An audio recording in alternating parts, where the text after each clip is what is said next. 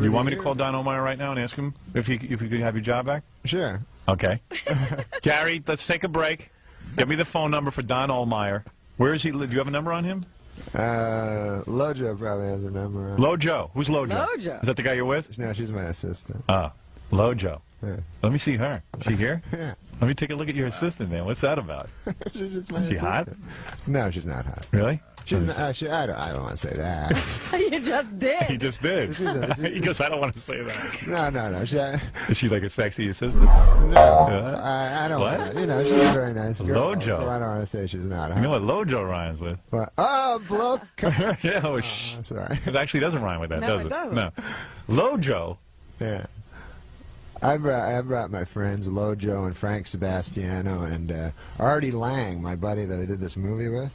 So a shout out to Jim Downey, and I'm thinking about him because Norm so loved him and admired him, and a shout out to a very special person, Laurie Jo Hoekstra, who was Norm's, right hand partner in crime, and she. I did have a chance to speak to her since this all happened, and she's just such a lovely person, and I'm thinking of her because she just did so much for Norm over the years, and Norm was so lucky to have her. So I just wanted to address those two people who I think deserve our love and thoughts right now. I was talking to Laurie Jo. And I asked her if it's okay if I related this, and she said it was okay. But she said that not too long ago, someone asked Norm about the moth story that he told on our Tonight Show, and that she said, the guy wanted to know what made you have the nerve to do that, and that he said that, it was that goddamn Frank Smiley. He said, I was only supposed to do one segment. And then suddenly in the commercial break, Frank came over and said, you're doing another one, because whenever I had Norm, I was greedy. I wanted more Norm. I always wanted more Norm. And so he didn't know that we were going to ask him to do a second segment. He had nothing planned. Absolutely nothing planned. And so as recently as not that long ago, I think this was a couple of months ago, he was telling somebody, damn it. That was Frank Smiley. Hey, get back out there. Conan wants more. So he heard that joke from Colin Quinn. And he did the segment, and it was he had 7 minutes prepared. Yeah. And so he basically you said, and then he's done. He's done. You say, we'll be right back with more Norm. And he goes, I've got nothing to say. Yeah. So then he remembered the Colin joke, and it was a 20-second joke. So he asked you, how long is the segment? And he was hoping you'd say 20 seconds. Right. But you said 7 minutes. Yep. So it became a 7-minute joke. Yeah. I said to Laurie Jo today, I said, on the flip side, because I brought this up, and I said, on the flip side, if in a magical world, Norm had been presented with all of this incredible praise, he would have found a way to deflect it. Ridicule probably would have it. made his skin crawl. Yeah, somewhere. exactly. Yeah. And so, he wouldn't have this might have been the way he wanted it, but.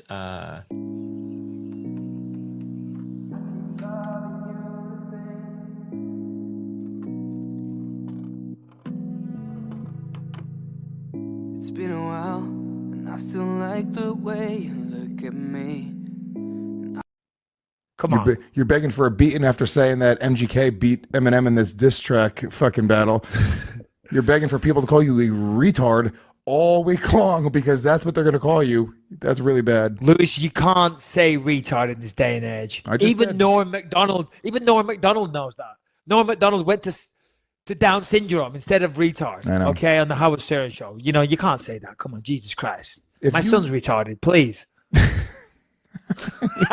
retarded. You can't say that. Of course he's not retarded. I know, I'm joking. Isn't it crazy? Even something like retard. Poor little guy. Look, I'm trying to catch butterflies. I'm fighting back. I'm keeping at least retard. You can't take that one from me. It was a good one. Yeah, right, you can't say that. All right, questions, please. Questions. All right, here we go. Let's see. If you guys want us to answer your questions, bym@gasdigitalnetwork.com. They have to know how to send in the questions.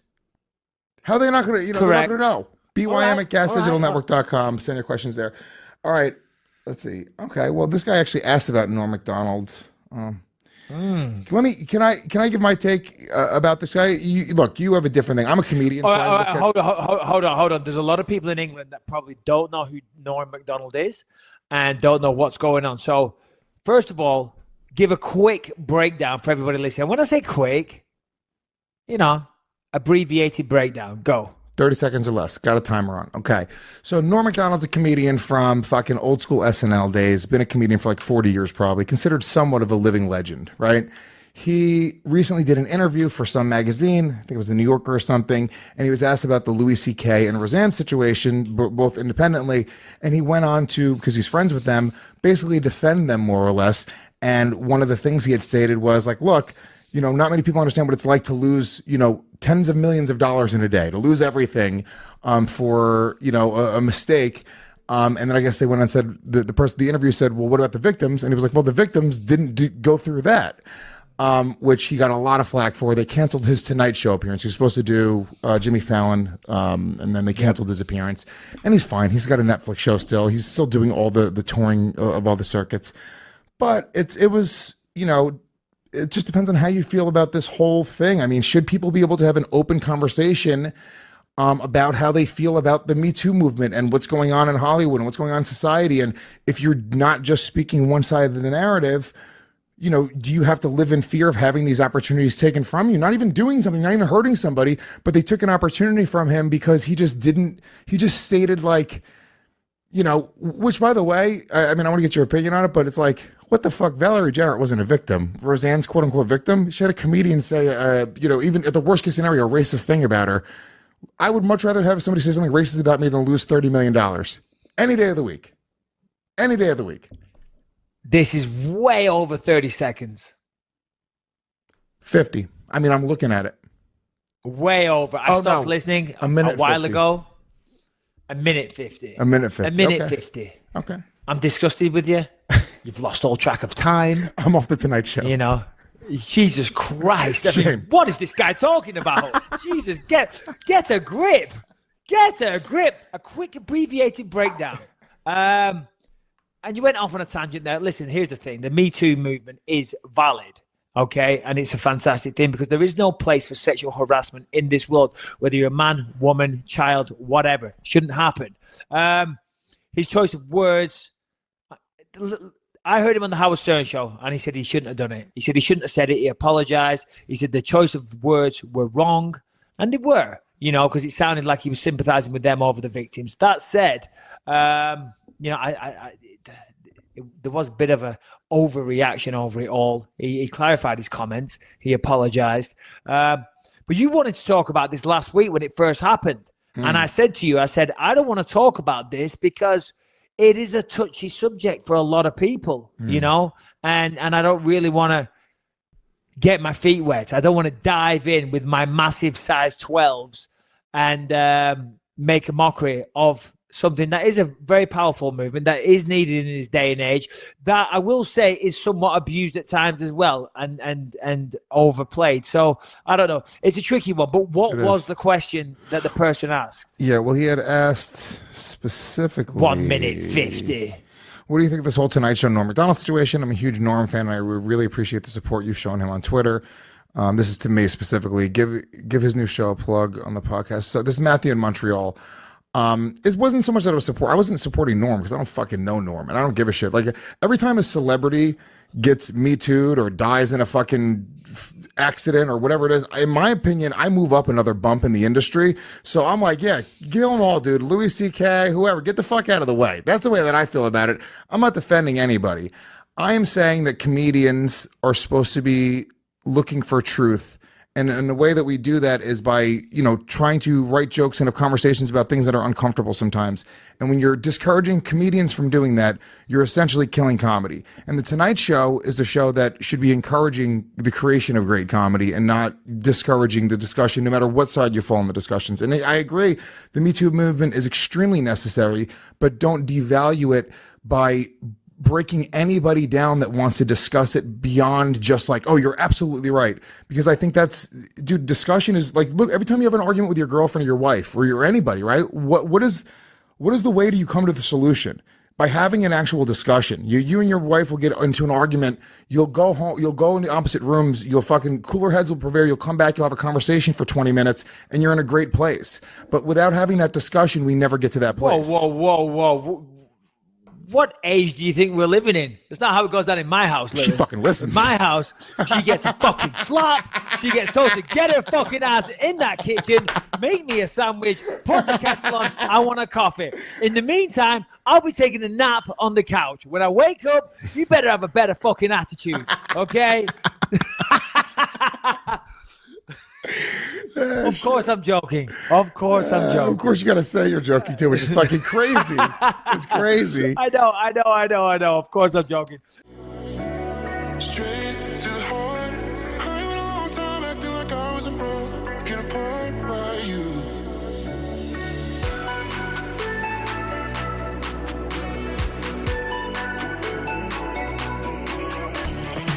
They were asking you about Louis C.K. Yes. and Roseanne. Now, Yes. Roseanne was someone who gave you one of your first breaks in My show very business. first job, yes. You were actually writing I on love Roseanne. Roseanne, yes. And Louis is a friend of Louis yours. is, the greatest comic there is. And in the defense of them, somehow you got to this point where you said, Well, hey, it wasn't really a defense of them. They asked me, what do you think of Roseanne, and what she did, and how she's doing. That's what they asked. yes, Because I've been in touch with her. Yeah. So the day it happened, I phoned Roseanne because I know Roseanne, and she was crying, and she was so, upset. and heartbroken. I felt so bad, and so I said, I don't know what to say to you, Roseanne, because I've never been through this, No. And I said, let me ask a friend of mine that's been through this. And I was talking about Louis C.K. Yeah. Now, Roseanne had been really hard on Louis C.K. Yes, when he Yeah. was in his controversy, Yeah, she before- blasted his And this ass. was before he got, Right. written up. Yeah. She said, she named him. She said, fucking Louis C.K. is doing Right. a lot of bad things. So, So you had the idea that they should talk to one another. Louis did. I talked to Louis, and I said, I was worried about Roseanne because Right. I talked to her for 2 hours in a row. I was just crying the whole time, and I was like, I'm kind of worried about Roseanne. She's not the strongest person mentally. Right. And Louis said, I think I should talk to her because very few people have been through what we have been through. This particular, a very peculiar event where you say something or you do something and your career is wiped out forever. And this happens instantaneously. So I said, you should talk to her because you've been there.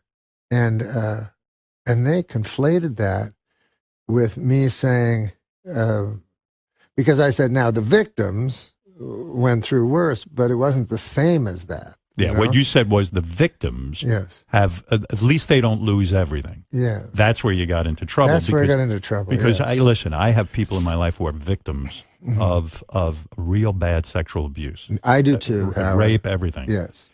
And they go through.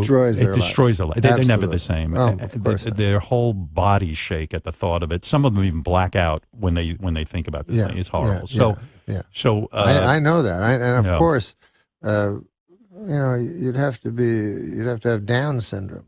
not to know that. My new word. Down syndrome. Right. That's a good word. You'd have to have Right. Down syndrome to not feel sorry for, of course I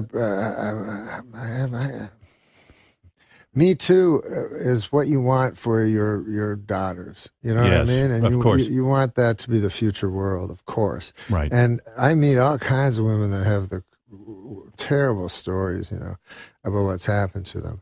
So But I what- wasn't talking about the victims. I was talking about, they asked me about Roseanne. They asked me about Chris Hardwick. They asked me about Louis, and I told them, like if someone murders someone, and goes to jail, right? Right. And then he gets out of jail after 10 years. And you go, I'm going to give this guy a job washing dishes because he's done his penance. Right. Nobody goes, well, what about the people he murdered? Well, of course, they had it off worse, Yeah. But I'm talking about the murderer. Give him a dishwasher job, So do you think that the writer somehow merged all of these thoughts into one thing, or do you feel you were quoted inaccurately, or do you feel like you were treated fairly? Well, I don't know. The original writer was for the Hollywood Reporter, right? And he wrote it, and that wasn't the headline. Right. And so I don't know if he even noticed or anything. And then another place called Vulture, which is a WW computer. Yeah. They wrote, Norm Macdonald defends Louis Anderson. Louis C.K. Louis C.K. You can't defend Louis Anderson. What did he do? I defend, it says, in the headline, Norm Macdonald defends Louis C.K. and Roseanne Barr. And I never defended them. Guess we're not in LA. It's not as scary. Oh. Well, I'm saying LA is. Dang. You can feel it. You can feel it. Do we race downstairs? No. You just want to go downstairs. Yeah, I do too. Fuck it. I want to go downstairs. No, you don't want to be in an elevator. I was say I don't want to take the elevator or go down 64 flights. It'll be done. 5 years. Give me like. It's 4th of July and it's a Trump Tower. I understand.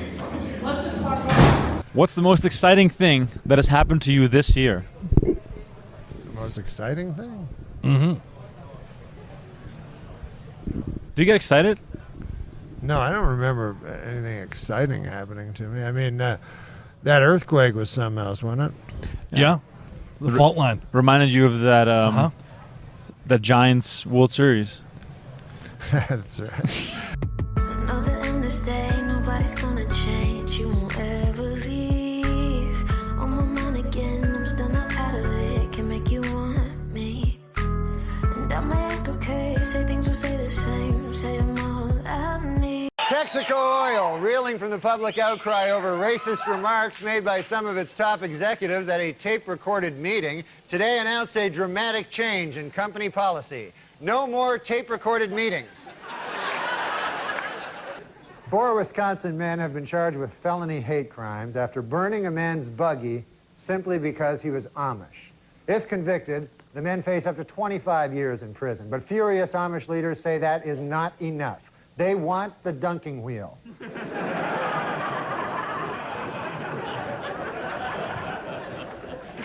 In the course of his summation, Cochran also brought up Detective Mark Furman, calling him a, quote, genocidal racist, and comparing him to Adolf Hitler.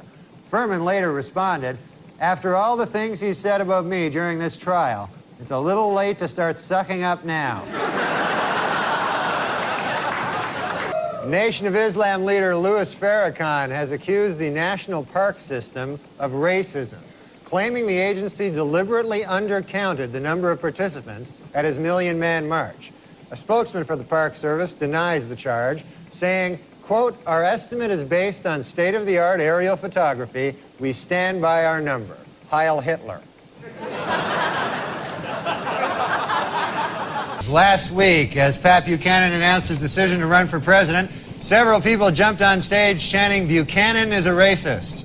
As security began to wrestle them from the stage, Buchanan stopped them and said, let them continue. That's my slogan. Now, what do you think about this dog, the bounty hunter? Have you been following that at all, Norm? Oh, that guy, I mean, to me, that sounds racist.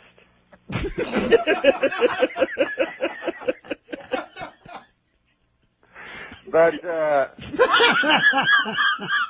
like, you gotta remember that even though that is a racist comment, listen, man, we've all known bounty hunters in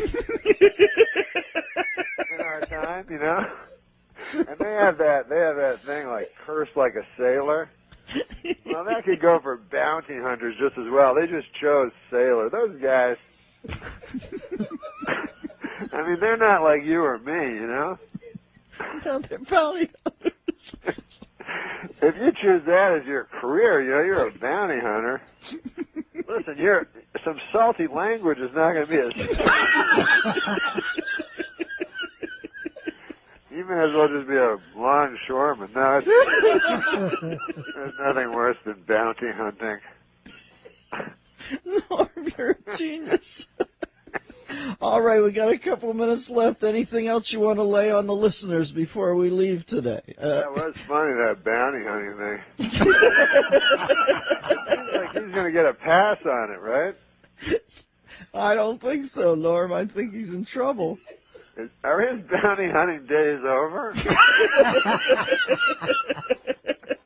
Where's he go from there? We can't keep you on. I'm sorry, but, you have to... you have a public image of hunting down criminals in their hotel rooms, diving at them in the middle of the night and beating them up. We can't have you saying racist things.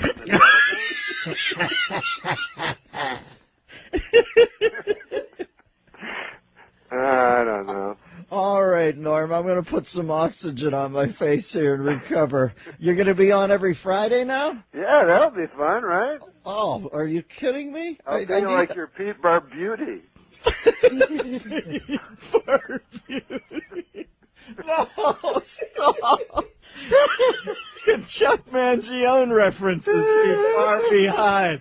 Yeah. Thank you, Storm and Norman. We'll talk at you down the road. This is the Dennis Miller Show. Having less money or having or not having less money is not a product of your nature. It's that you don't have the money because the white people don't give you the money.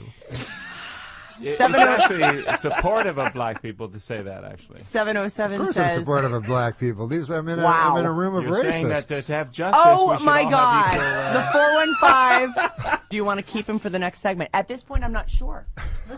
I'm finding Norm to be somewhat on the offensive side. You know what, though? I love that he's saying all this stuff and then looks over with a big smile. I know, and big smile. He's like, oh man, they're going to talk about this all day. Well, I didn't know that everyone. I thought San Francisco was a little more open than. No, San Francisco actually they're racist. Isn't. No, they're not racist. But you gained a lot of weight, so did you. So I gained 45 pounds. I was going to say something, actually.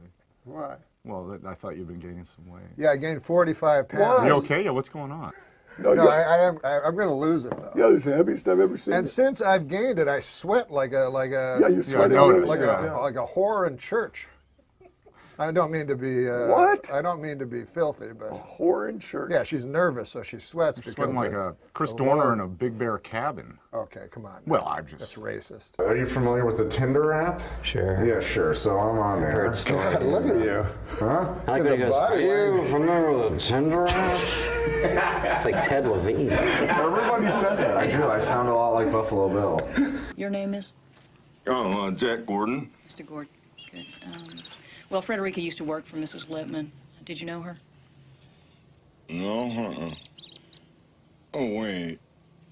Was she a great big fat person? I'm on there. I match with this one girl. She's like young and very attractive. I'm a 4 too.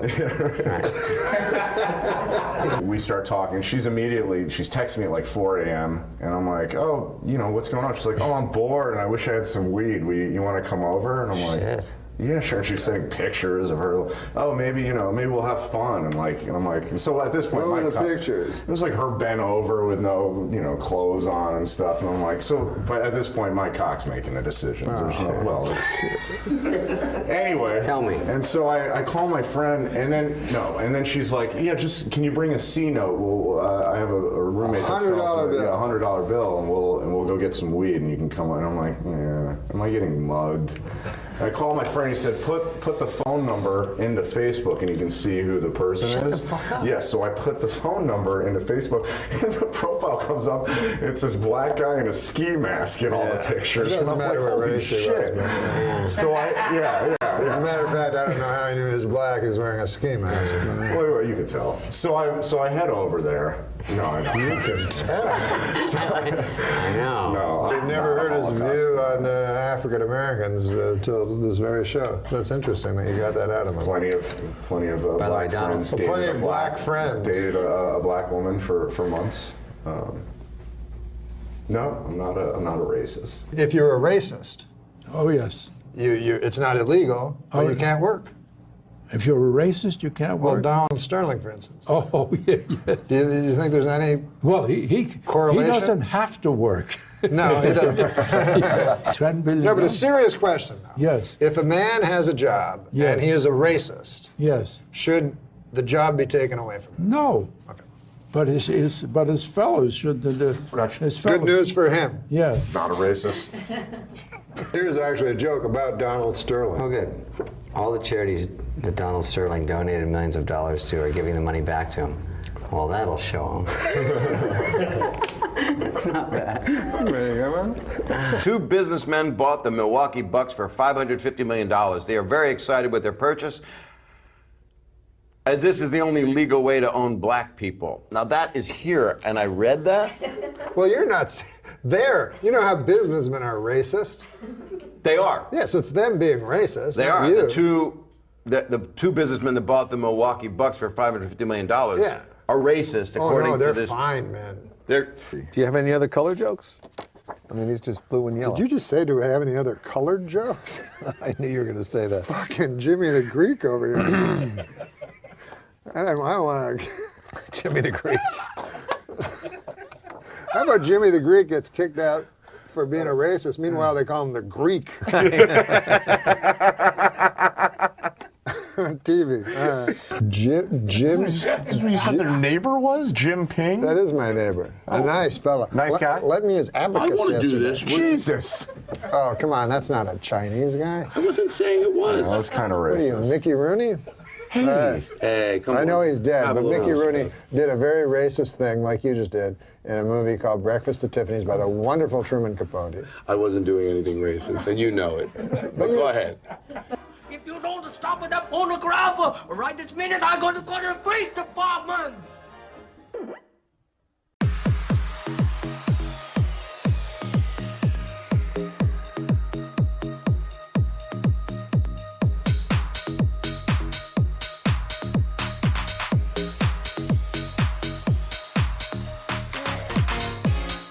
You know what I read today? Yeah, in the what? Inquirer, that Michael Richards was attacked at that pink yogurt place. Oh, he was attacked? Yeah. Well, that's another thing that's sort of scary is, first of all, Mel Gibson has a career that he could hurt.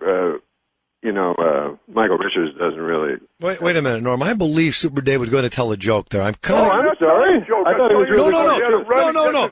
Well, it seemed to me that he was going to say something because he didn't. He wasn't being serious. And then you said some. Super Dave, was there a joke there? No, Norm. No. I was telling the truth. Okay. That I read where he got these punk kids ran at him and slammed his car and everything, tried to turn it over, and he ran away. Right. Yeah, because I'd be very frightened because, like Mel Gibson, if you make fun of Jewish people, then it's not like you're in danger. But What? If you're driving What did you around, say? You heard him. Uh-oh. Hey, here's the thing, and I'm going to say it again. Here's a very funny thing that happened. Marlon Brando, remember, said that Hollywood ran, the Jewish people ran Hollywood. That's right. Yeah, but Marlon Brando. And then he had to apologize. Marlon Brando and then they let him work. Say anything. Marlon Brando lived. Well, listen to Norm Macdonald and Super Dave argue about the Jews. Marlon Brando lived behind a cardboard cutout. What? He lived behind a cardboard cutout. He was 900 pounds. So he could basically say anything. No, but don't you think Michael Richards would be kind of in peril? And well, but I don't think he had a career. No, I'm saying just physically. Hey, did you cut us off? I didn't. Are we just talking? Yeah, you guys. We're not even on the radio. You haven't been on for the last hour, but it's great. So great. I haven't talked to Norm in about 3 weeks. Jonathan, don't you think have that Michael Richards may have his life sort of in danger? Yes. No, I would move to either Tucson or Idaho. Yeah, or Wisconsin. Why, is Wisconsin good too? You know what I'm saying? Yeah. You mean like just a shack in the woods or something? Or Boston. He could move to Boston. Yeah. Stay hard. Wait a second. No, wait. You know the joke about B.B. King's wife? No. You don't? No, I don't think so. B.B.'s having a birthday, so she wants to surprise him. So she goes to the tattoo parlor. She says, put a B on one cheek and a B on the other. So the guy does it. She goes home. B.B. comes home. She opens the door, bends over, drops her shorts, and says, surprise! He said, who's Bob? that's racist. There it is, ladies and gentlemen. There it is. The one and only Super Dave Osborne and his joke about Yeah, sell that to Michael Richards, man. Why, wow. That's not a racist joke. Yeah, sure it isn't. Who's Bob? Yeah, you know, that's the way you want to broadcasting in stereotypes. 97.9 I'll tell you FM. what, let's do it this way. Yeah. Bob Hope's wife goes to a tattoo parlor. No, but you chose an African American. Well, but Bob Hope is dead. Yeah. Go ahead. And she says, put a B on one cheek and a B on the other. She comes home. Bob Hope comes home. She bends over, pulls her pants down, and he faints. Now, Bob Hope is dead. Yeah, I know. Bring me the body of the great Bob Hope. If he struggles a lifetime of with a rope. If he smells a bit, wash him down with soap. Just bring me the body of the great Bob Hope. Bring me the body of the great Bob Hope. Another song by Super Dave Osborne and Norm Macdonald. They've collaborated together on a great new CD, Music from Dead People. Want to hear Guy something? comes home with a duck under his arm. Oh, shut Wife up. opens the door. Yeah. She says, where the hell have you been? He says, this is the pig I've been screwing. She said, it's not a pig, it's a duck. He said, I'm not talking to you. All right, that's enough. That's enough. Super Dave, Norm Macdonald. Why did you make her African American in that joke? Yeah, why did you say? You heard him because you're racist. He said you're racist. He said, why did you make that African American in your joke? That's what you like to do, don't you? Super Dave. Hey, don't you feel sorry for Michael Richards, really, though? All right, goodbye. If you were Michael Richards and you were in that situation and That word. you said those things, what would you have done next? Well, I think what he did was panic and start pretending it was Lenny Bruce. Like, because he said that word and everything, and then he said, that word, it still has power. Oh, he did? Yes, he did this. But no, I mean after the incident itself. Oh, I would move to Idaho. Ketchum, Idaho. Okay. The only people nowadays can afford live-in help are rich people and Jews. Not all Jewish people are rich. I never knew one that wasn't. Do you know that in many countries, England, for instance, there is a law that says whatever two consenting adults do in private is their own business? Listen, this ain't England. We threw England out of here a long time ago. We don't want no more part of England. And for your information, England is a fag country. What? I think that, if God had meant us to be together, he'd have put us together. Well, look what he's done. He put you over in Africa. He put the rest of us in all the white countries. I think most of the audience was laughing with Archie Bunker. Of course. A lot of people were laughing with Rob Reiner, the liberals and the conservatives. Yeah, Archie, you tell them. Well, I think if you were neutral, you would agree with Archie because he was the funnier guy, the lovable guy, and he usually won the argument. Yeah, and Rob had the beard. And he was strident. Yes. Or maybe we're just racist. When I look into your eyes, though, I'm not joking. I've never had a talk show host say that to me. When I look into your eyes, I see... and I've done hundreds of talk shows. I see an eternal being. Thank you, Norm. What a lovely thing to say. So do you think there is such a thing? And as what? As a supreme being? No, an eternal being. I think we all are. Oh, what surprises you about me? What surprises you about me? You mean just during this interview? Just in general. You seem kind. That's surprising? Uh-huh. Because I would think you were cold. Right. And yet you're warm. Oh, thank you. And in your eyes, I always go by eyes. Again, I always go by eyes. You should. And it's what if someone's blind? It's not sexual. It's not only sexual. What if someone's blind? My dad knew a blind man. And my dad was in the war. He was, he was a double generation older than I. He had me when he was 50. So he was in... That explains a lot. He was in the great one. And all his friends were old. Right. And so... Wayne Gretzky? He had That's a good joke. So he had a blind friend, and he come over, and my dad said, "Do you want a Coke, Elmer? RC Cola." Oh, God damn. We don't got no RC Cola. We got Coca-Cola, the gold standard. Right. And this blind bastard wants an RC. So go down to Avonmore, take him, pick up an RC. Well, that's a 1.5 mile walk. Right. So I walk with this blind son of a bitch. And he says to me, he wants me to describe everything. So I said, okay, well, on the left there's some cows lowing, and, you know, there's a fence. He goes, is it like a wood that's near petrified? I said, yes, it is. And how big is it? 3 feet. I said, John Neil Margerison used to own this land. He said, I don't want to hear that. He says, just tell me what is. And so all of a sudden, I saw things as they were. I was very young, but I'll never forget that. Because I had to see, for this blind man, I had to see and describe not my opinions, you know. Right. So when I went by John Neil Margerison's house a quarter later, right, I didn't mention John Neil or anything. I just described the house, right, because that's all he wanted to see. And then I began to realize that life is what is, not what you think it is, or not even what it appears to be sometimes. Mm-hmm. But I think you would agree that your life or my life is just a series of facts, a series of incidents. It's not what you dream or hope or believe, it's what you do.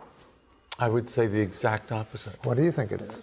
First of all, you mean to tell me this does not end with we suddenly realize, why the hell are we getting this blind man a different brand? That's not the punchline? Oh, no, there's no punchline. Oh, my God. I thought I was being... Yeah, that was... Didn't you see a million miles away? 1,000%. Why are we getting a different brand Coke for a blind man? That's not where we're going? Well, he didn't... His sense of taste was expanded. He doesn't drink it through his eyes.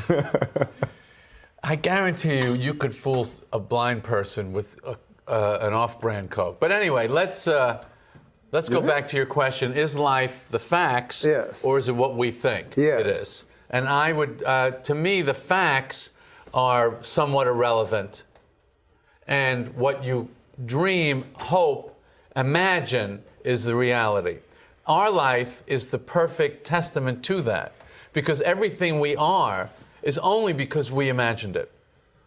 Yes, but you imagined it into being, and so the being is what's important. Yeah, no. Because the imagined made it. What if you just sit at home and imagine things on your chair? Are you just a person sitting on a chair, or are you what is in your mind, the imaginings of your soul? The imaginings.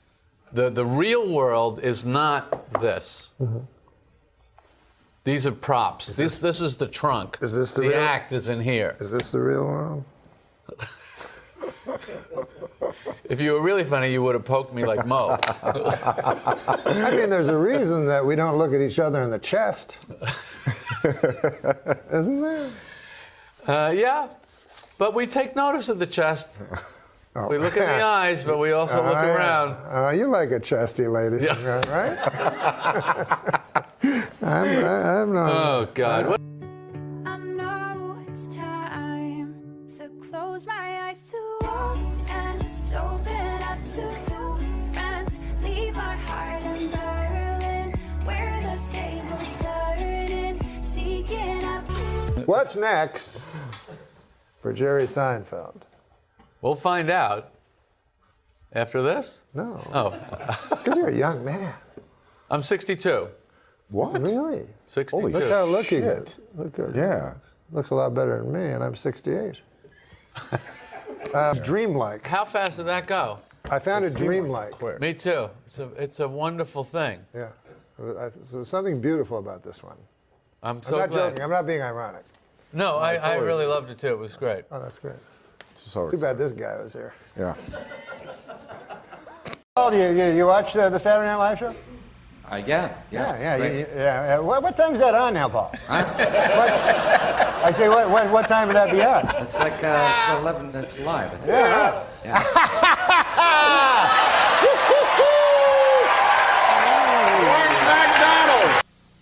right, a side of me you've never seen. My evil twin, otherwise known as Norm Macdonald, joins me for an evening of comedy, revelry, and fashion tips. Also with us, comedian David Spade.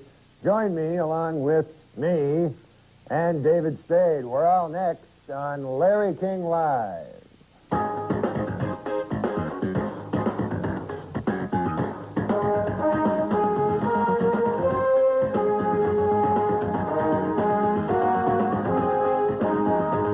Welcome to Larry King Live. Tonight, a very special guest, the Iron Horse of broadcasting. Larry King is with us. Larry, welcome. An honor to be with you, Larry. Well, welcome to the show. This is strange, isn't it? It's strange, but it's good. I'm very proud to be. I've always wanted to guest with you. Yes. Yeah, it's weird. Good to be on the other side of the desk. Yes, good to see myself. You know, now I'm starting to talk like you talk like me. All right, what's the question? The first question is, Larry, you've done it all. You've interviewed everybody from Sadat to, who's another guy? And name it, Clinton. Sadat to Clinton, all through the years. What is the key to being a good interviewer? The key? The key to being a good interviewer. Is being a good listener. What was that? A listener. You have to listen. You have to listen to the answers, which gives you the next question to ask. The next question to ask. In other words, if you're a good listener, you ask me, like, who was your favorite? I see, and then I answer, and it surprises you. So you say, why? Or what did he do that made him I see, all right. You got to be engrossed. Engrossed in the guest. subject. Yes, the guest counts. The guest is everything. Not the host. Not the host. The guest counts. I'm the guest. Fair enough. Host me. Then let me ask you this. Of all the people that you've ever interviewed over the years, how many people would you say you've interviewed? 40,000. 40,000. That's what they figure 40 years, about 1,000 people a year. 40,000 guests. Now, who was the physically ugliest guest you ever encountered? The ugliest.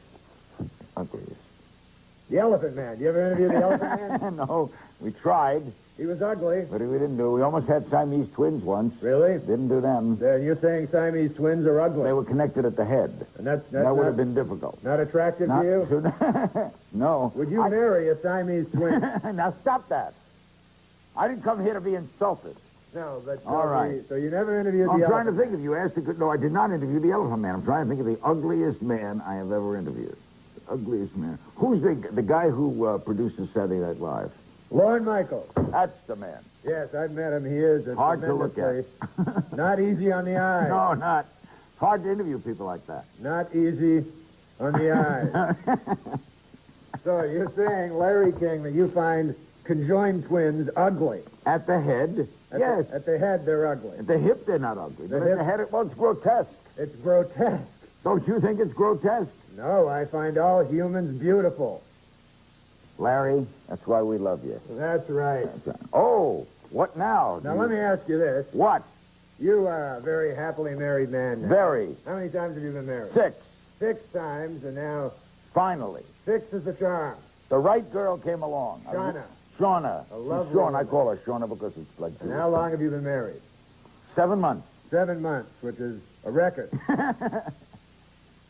No, this is the first... I've been married, Larry, but I've never been married. Married. This is married. Married like... She's my friend. Like, I love her. I see. That's what Clinton says about his wife, isn't it? I came to the show expecting the best. I didn't expect to be humiliated this way. Well, let me ask you this, Larry. You're married. Yes. 6 months. Yes, 7 months. 7 months. See, you got to listen. Okay, 7 months it's been. And yet, you started necking with Marlon Brando on the air. What's that all about? Marlon grabbed me. Uh-huh. It was him, not me. So it was him. It was him. He kissed you. Out of nowhere, he kissed me on the lips. Oh, my Lord. And I tell you the truth. He was aroused. I can't stop thinking about him.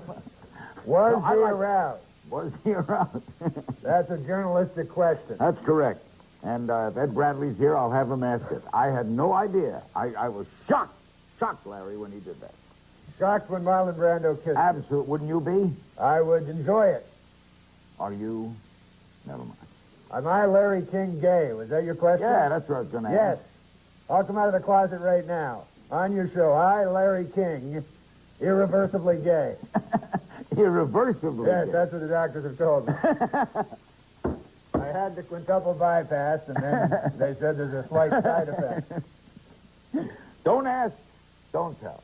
Don't ask, don't tell, exactly. All right, what's next? What do you have another What's next? Let me think.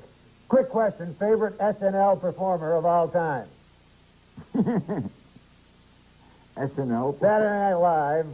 My favorite Saturday night performer of all time. Norm Macdonald's way up there. He's going to be on the show tonight. He's terrific. He's funny. Very funny. Why is he leaving? Why is he leaving what? Why is he leaving Saturday Night Live? Well, I don't know too much. You got to listen to answer. You don't like him, do you? I don't care for him.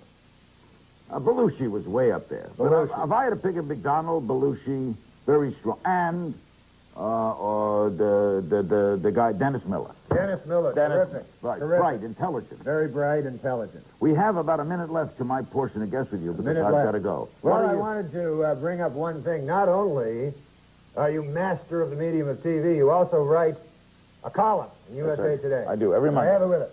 Yes. I have it with us. Every Monday, you write a column for USA Today. Correct. And you read USA Today? Yes. Terrific paper. Right. Terrific paper.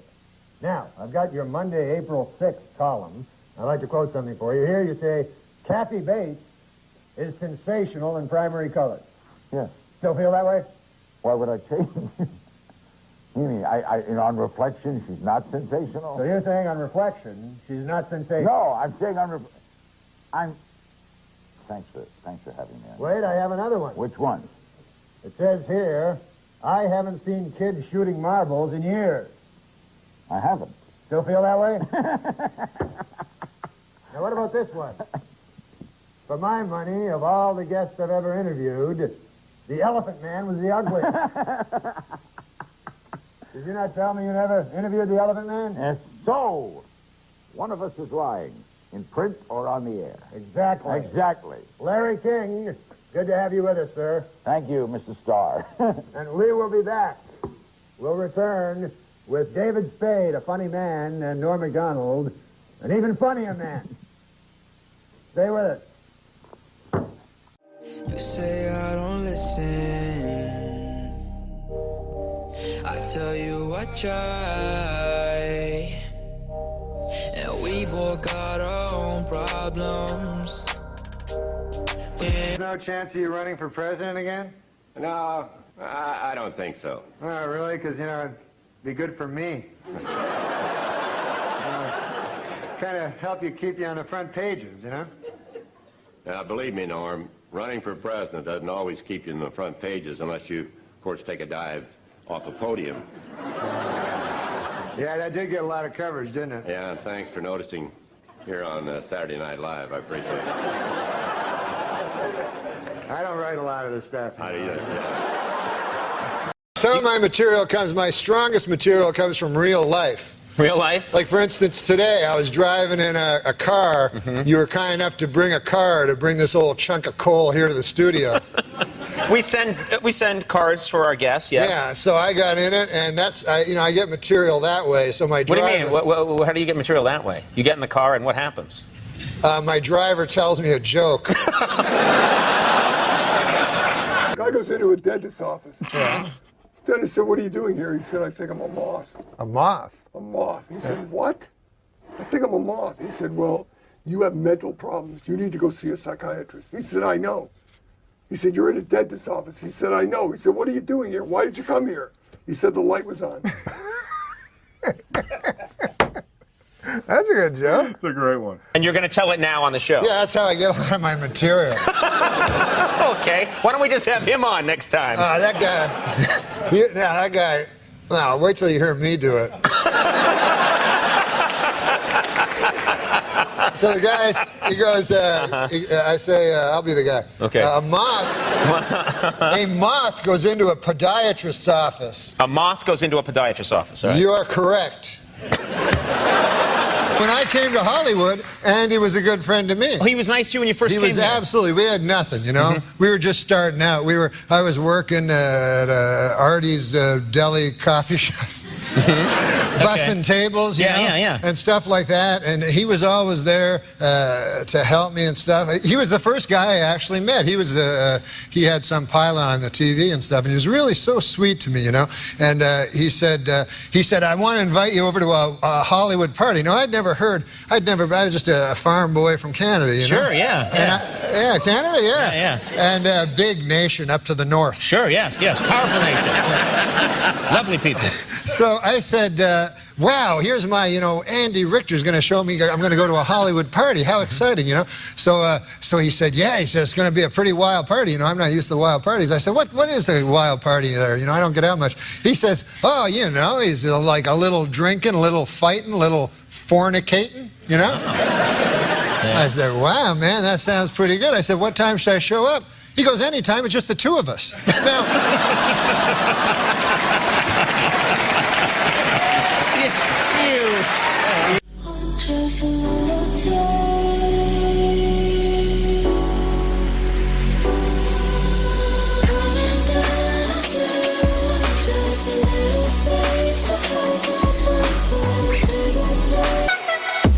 He said, welcome to the neighborhood. I know it's not exactly a neighborhood. I live 40 miles from here. But if you're interested, tomorrow night, I'm throwing a welcome to the neighborhood bash. There's going to be a lot of barbecue, some drinking, some dancing, and some wild sex. Would you like to come? And Morty said, sure, but what should I wear? The cowboy said, it doesn't make any difference. It's just going to be the two of us.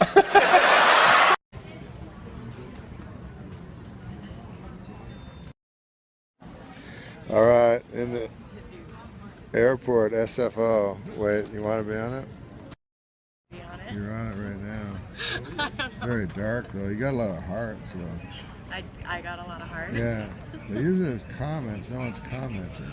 Oh, wait, I hid chat. That's why. Maybe I just hid chat now. Chat hidden.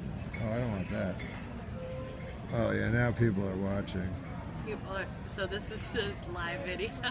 Yeah, they go, Does is it, that like, your girl? No. Does it cut off at any point? Hi from Scotland. No, it keeps going.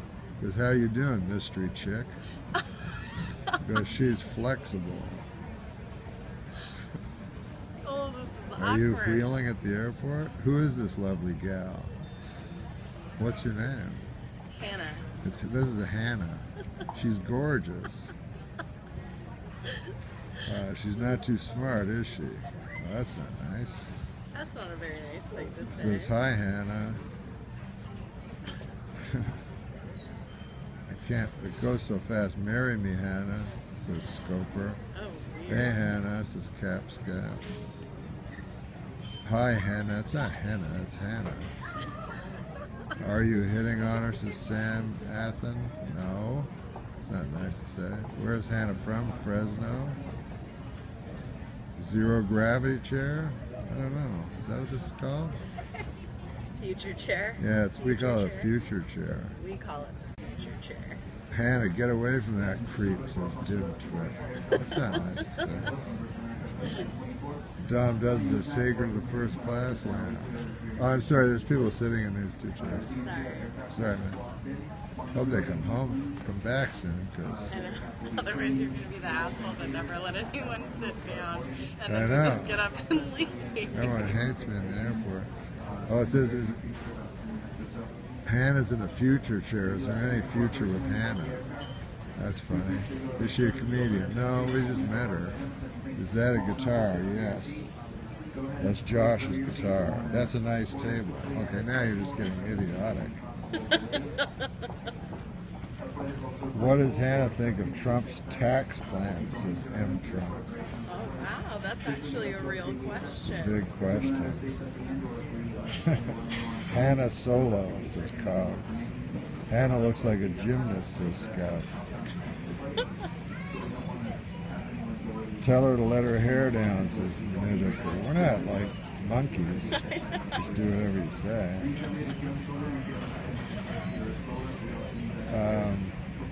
Does Hannah like fat guys from Wisconsin? Oh, what does Hannah do for a living? I teach yoga. Oh, well, they were right. And I work at a sports bar. Oh, people were right about your yoga. Yeah, she. If you guys didn't hear, she teaches yoga and works at a sports club. Is she gonna work out? No, we're not doing anything. We're getting on a plane. Yeah, we're just getting on a plane. Albert says, yoga, I'll be right there. They love yoga girls. Apparently. Yeah, people are going nuts now. Downward dog, honey, that's disgusting. Come on, guys, you're better than that. This is so weird. Jeez, man. Yoga Berra. Oh, that's sad. It's too soon. Yeah, that's too soon, guys. Will she be drinking on the airplane, says Mike? Not likely. A little too early. Unlikely. A little too early.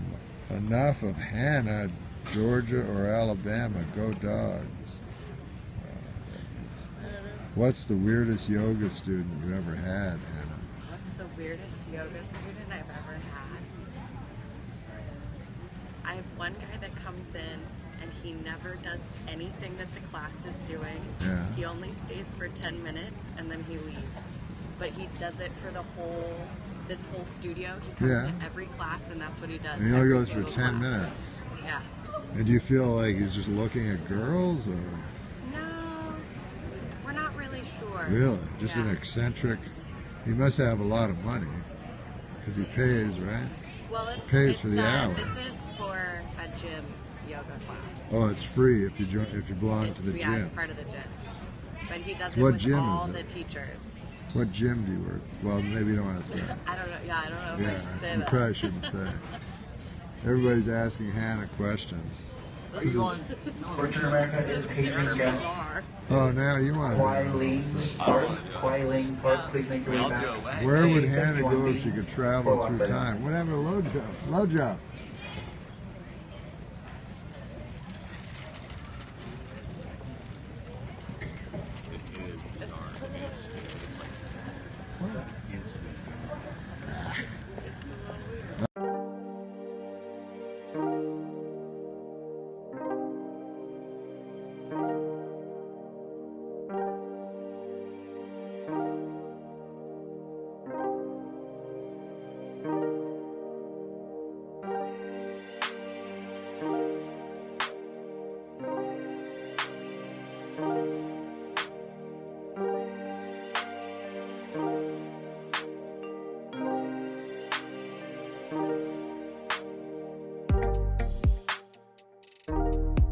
I've hit every comic with the same. And then you laughed in your act. I can't believe Norm Macdonald here, Baggage Claim, the talk show. Norm, it's so good to see you. Norm, yeah, you and I golfed together. Do you remember that? We golfed together. You came to my office. That's right, at Whitsett. At Whitsett, you came all the way up the stairs and you hung out. I was all tired. And then the next day, you had the pilot for the Larry Sanders show. Oh, that's right. I was reading for it. Hank. Yeah. You know, I ran into. Why am I blanking on his name? You know who I'm talking Jeffrey about. Temple. Yeah, he's the best. Yeah. He kept rubbing in how he got it. So Norm, I'm a huge fan. You know that. But we started out. I guess technically we started out together, didn't we? That's right. And now you were really. And I hear you're in the Creature from the Black Lagoon show at Universal. You play the creature on Wednesdays and Fridays. Is that true? Very excited. Partially. It's a little But blown out of proportion. Are you still Canadian, or did you renounce that after 9/11? What? 9/11. Remember what happened? That's Norm Macdonald right there. Oh, wait a second. Yeah, no bags yet. I guess I have to talk to him more. So Norm, what you got coming up? You want to promote? You got any gigs out there? Yeah, I got gigs, man. I got a whole bunch of them, but I can't remember what they are. Yeah. That's Norm. He's probably almost 50 now, and it doesn't really click like it used to. But he's still funny as all heck. Norm, you know that's bad body language with your arms folded because you're closing yourself out. Hey, relax. You're a good-looking guy. You shouldn't really be ashamed. You know, I saw a bag over there with flowers all over it. Maybe that's your carousel. There were flowers on it. Let's be honest. So who you were talking to? That was another comic. Was it? Oh wait, nothing. Look at that. We're at the wrong carousel. Norm, thank you for being on the show. Thank you, Bob. Respect, man. Back at you. Yeah, do you know Nikki Cox? Yeah. Is she still with Jay? She's with Jay Moore. Yeah. But when she was on my TV show, she was with Bobcat Goldthwait. Oh, that's right. Yeah. I'm not a skilled interviewer. Let's fucking face it. I'm not a skilled. But what do you think is wronger? Wrong in more wrong. What would you think is more wrong? Having sex with a child, human being, or an adult pig? Like you've got to do one. That's the You got to options. do one. Yeah, you're on a deserted island. But do you actually think that they would like a man's sperm? A human being's sperm? A woman? Well, who? A woman. A woman would like a man's sperm. Well, yeah, she's been biologically programmed In her through mouth? millennia. But to in your eat mouth, pig like, cum. isn't that stuff like living? Isn't that like aren't those animals, little tiny tadpoles or something? I didn't know it was going to have to get this deep. All right, then. Are you doing this to be a funny thing, or do you really have to kind of I'm doing feel it. No, I feel that I have an oral fixation. You know about that. I If don't it's have not that, this, by the way. If it's I don't not like this, I sucking go cock. straight. You don't like sucking I don't like cock? sucking cock. I mean, I have done it. Yeah, I wouldn't like it. You know why I wouldn't like it? Why? Aren't those animals like inside the cum? Like I remember the sperm, you mean? Yeah. So to me, like it's a bunch of animals and stuff. But you remind me of a guy that's good at fucking. I love it. Fucking and sucking. Let's say you had an exact twin. Uh-huh. Now Mary Willard, your wife. Oh, here we go. There could be a lot of... Wouldn't you go like, how do you not find him attractive? Do you know what I mean? That's true. He looks exactly like me. Yeah. And he's much better at sucking and fucking. No. I only smoke pot 4 times a week. You're just saying it casually. They're like, you smoke more than that. Like, relax. What are you afraid? I'm not admitting I'm like you. 4 times a week seems like a lot to me. Does it really? A little, yeah, but... Well, it's all relative. It's all relative, Yeah, as long as it's not hurting anybody. Yeah. But it doesn't, as long as it's not hurting anybody, but what about the audience, the stand-up audience? So aren't they the real victims? What's your dream view? You mean the show, The View? Yeah. The Who would guests? what 4 or 5 ladies would you want on there? Ooh, that's a great question. Susan Yeagley. That's your wife. You didn't even recognize her name. It's your betrothed. Betrothed. I had moved up from San Diego. Polly's like, come, move up. And then I had no place to live. So I slept in my truck for like 3 nights. And I slept at the parking lot at the comedy store. And I had no money, and I was broke. Both? Yeah. You hungry? I go, yeah, bad lieutenant. Open your mouth. No, you didn't. Like a baby bird. Yeah. Okay. So, yeah, and then he. So you said yeah. Yeah, I go yeah, and he took me Am I hungry? I'm broke and I have no money. What do you think? I'm hungry. I'm hungry. Plus, I want some food. Do you feel you have white privilege? I'm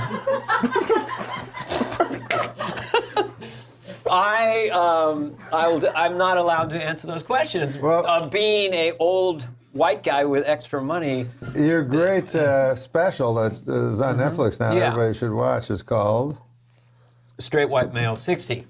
The young people won't like old people. When I was a kid, I got involved with Al Jolson. When they brought, I didn't know How who he old was. are you? What? Well, no, not back in his 1920s. I was just a kid when the jazz singer came out. Charlie Fox. He wrote the theme music to Happy Days, The Love Boat. Yeah. He wrote just about everything. He must make a heck of a lot of money. Huh? I'm going to ask him sometime. Just how much do you make? What would Norman Lear say to that? What? I say, what would Norman Lear say to that? Who's that? Fuck! And now the whole set went quiet, and you hear people going, Santa just said fuck. Santa has just said fuck. And all these kids froze, and then they had a Disney guy. He said fuke. Fuke. It's a Swedish word. Means take a break. We're supposed to take a break. And so he thought when you said take a break, that I would go, speaking of taking a break.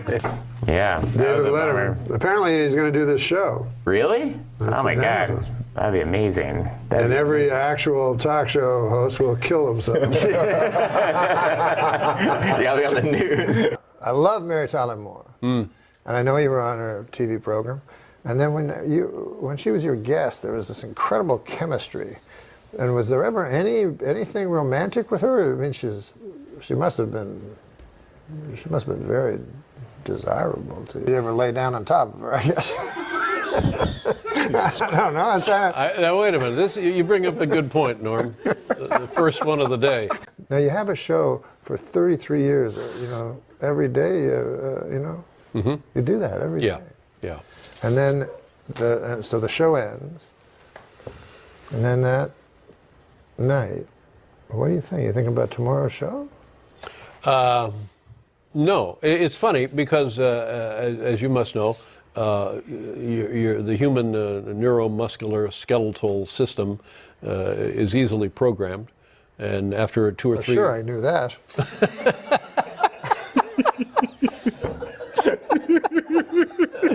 And so after as soon as you said that first word, you could executive produce a show with Sebastian Mancow as the star.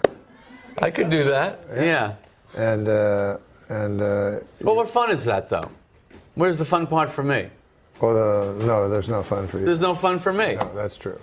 But what's the fun for you in giving a homeless guy spraying a handful of quarters and watching him dodge in and out of traffic? No, but so there's no are there no bars like the same way as there were gay bars when gays were? I couldn't go there. Oh, of course Can't not. you see that? I forgot. Yeah, you and me hanging out at the trans bar. I just don't, I don't think it's going to work. No. Yeah. Well, nowadays we yeah, well, that's true. Yeah, that's true. Wait, I haven't come out yet.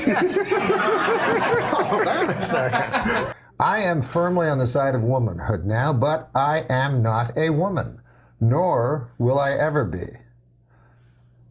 3 sentences later. I use the women's restroom because I am a woman. I changed my gender. I'm a birth certificate to female because I am a woman. So there's a little confusion there, right? Not for me. What's wrong with that? Well, here it says I am not a woman. Here it says I am a I always get anxious when I'm on a plane and I see a much bigger celebrity than me, and I think, well, if this goes down, is that I'm going to get mentioned. every I'm going to be flight? like small print almost every flight. Yeah. All right. We'll be back in a second. Unfortunately, the radio station launched the day after Princess Diana died, so it was it wasn't quite the sort of fanfare and celebration. Now a bit like when Farrah Fawcett died, and then it was usurped by Michael Jackson. Somebody told me the Queen murdered her. Yes, she did. Yeah. Yes, that's well known in England. Yeah. I'd like to apologise to the Queen. England's not doing well financially. Right. Can't you get you call them your mates? Mm-hmm. They're friends. Yeah. Everybody else in the world, they call them mates. Sure. Get a couple of dozen of your mates and go down to that Buckingham Palace and kill the old bag. To what end? It's money. Right. Are you an old sea captain? What is this shtick that you? Because I'm pretty sure I've watched some of these other editions of the show, and I'm pleased to see that I've broken from the rule of only having white blokes on the show, which seems to be you only have white men and Roseanne because it's supposed to be a comedy. Right. But it's supposed to be. It's supposed to be. It's allegedly. I still feel that. I still feel in my heart, and I can only go by my heart, you know what I mean? I'm not a person that goes by my brain, I just go by my heart. That Bill Hader is ultimately unknowable. Yes, that's true. What do you think? I don't know. Okay. All right.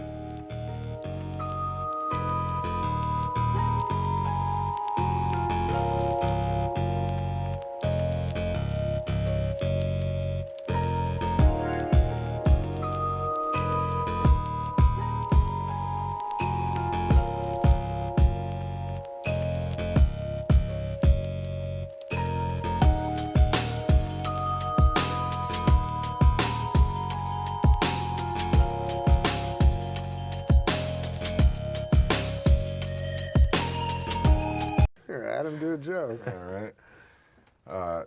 A good name for a dog is Syndrome. That then when he tries to attack someone, you can yell "Down, Syndrome."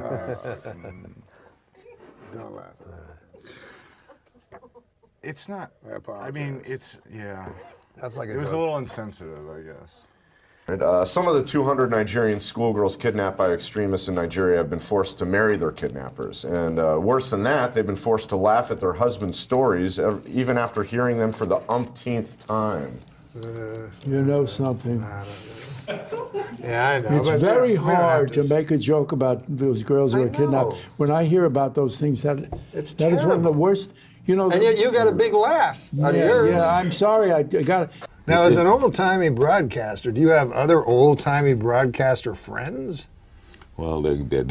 You know, Who would they be like? Tom Snyder, was he a radio guy? I knew Tom well. Sure. Arthur Godfrey was one of my heroes. Red Barber, the Dodger announcer.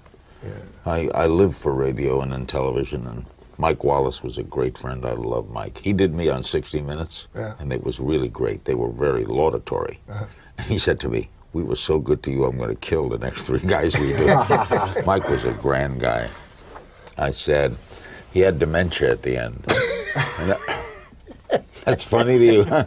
You know, Macdonald, I want to tell you. No, it's a very odd thing to say. If you're looking to broaden your horizons, I don't think it's wise to laugh at someone who had dementia. I'm not laughing at that. I'm laughing that you said. He was you the best. Just said. I loved him. Mike Wallace was a great guy. He had was dementia at the end. It has heavy-duty grilling grates. Why are you laughing? You think the grilling grates are flimsy? No. No, they're heavy-duty grilling grates. They deliver exactly what you need to achieve when you need to achieve that perfect steakhouse flavor. Why are you laughing? You're making a mockery out of the man grate.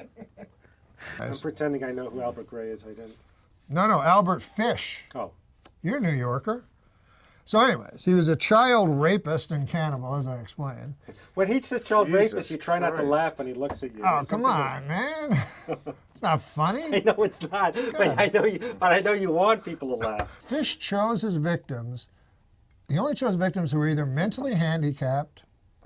Now, don't laugh at this next part, please. But you know he wants you to, right? No. If you laugh at this next part. Okay. And I'm not Fish chose victims who were either mentally handicapped or African American.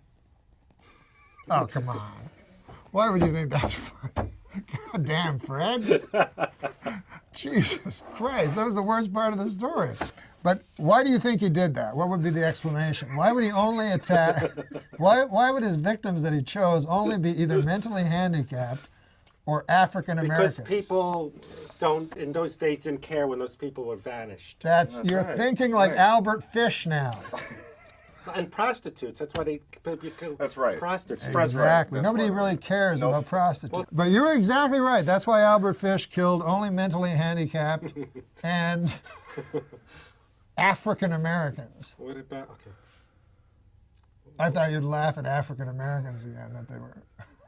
No, because I know him. I know he'll do something. That's outrageous. How it's kind of outrageous.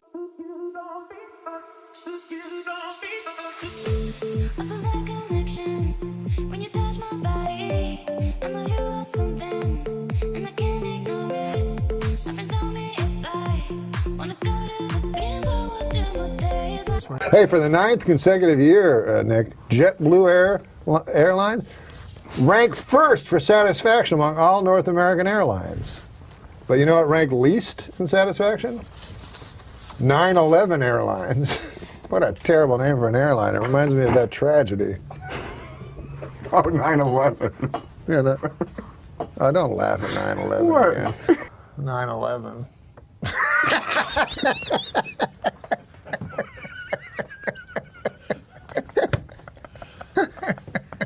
I tried to tell him not to laugh. Adam. I know. I walked through blood and bones in the streets of Manhattan trying to find my brother.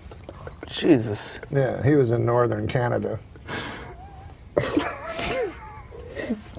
Do you want to hear my impression of the That's going to be you if you don't lose weight. Do you want to hear my impression of the 9/11 call from Johnny Carson? The 911 call. Yeah, I'm sorry.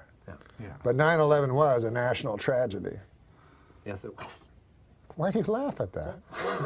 You said me. Johnny Carson died at 80 years old. Okay, Johnny Carson died at 80 years old. Would you like to hear my impression? Were you in New York when the Twin Towers fell? No, I was in Los Angeles. Well, either way, it was a national tragedy. It was. Yeah, I know. 9/11.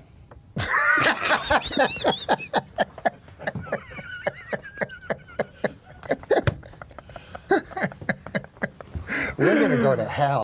My choice for vice president is a proven winner, a leading defender of the African American community. His rise from humble beginnings is the American dream personified. He's an outspoken man, a thoughtful man, and he's a leading rebounder in the NBA. His name's Dennis Rodman. Right, Dennis, come on out here, Dennis.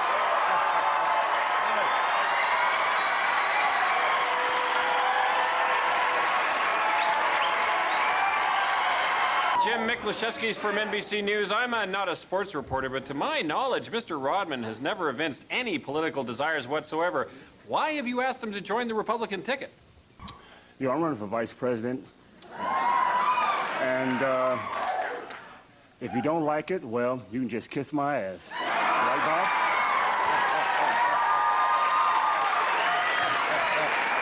Yeah, that's right, kiss it. Yeah. You know, I'm running for vice president.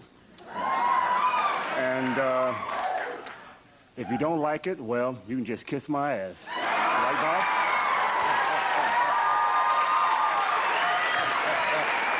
Yeah, that's right, kiss it. Yeah. In his controversial new book, Bad as I Want to Be,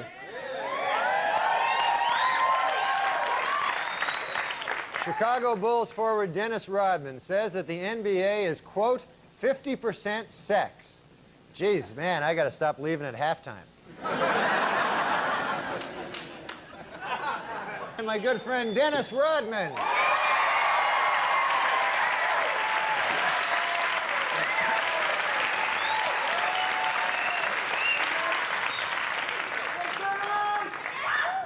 You're not wearing any clothes. You're completely naked.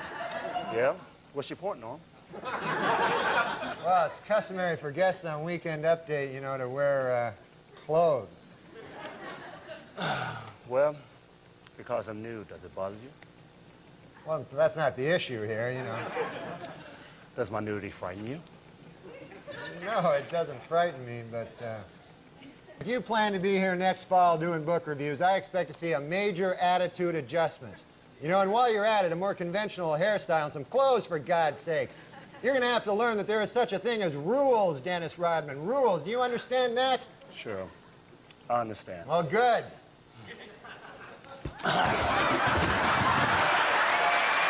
That's the way it is.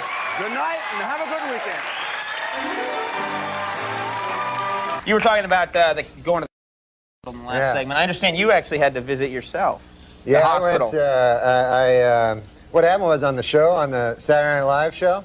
Yeah, that show. Yeah, I know that show. I was on that, and Dennis Rodman was a guest. Dennis Rodman, right. And so we thought it'd be funny if he headbutted me, you know? Mm-hmm.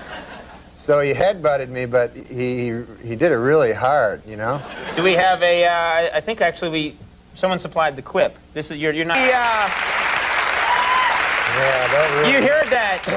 You hear that dull thud of like skull on skull. Yeah, it really... Yeah, and I don't have like a strong head. I haven't been working it out lately. Really? But he has like an athlete's head, you know? But no, beforehand he said, like, I said, hey, don't hit me with your head, or no, you know, don't really hit me. And he goes, no, Al. He goes, he had this thing where he was going to put his thumbs, and as soon as he touched my thumbs, I go back, and then he got all excited and headbutted me. So, like...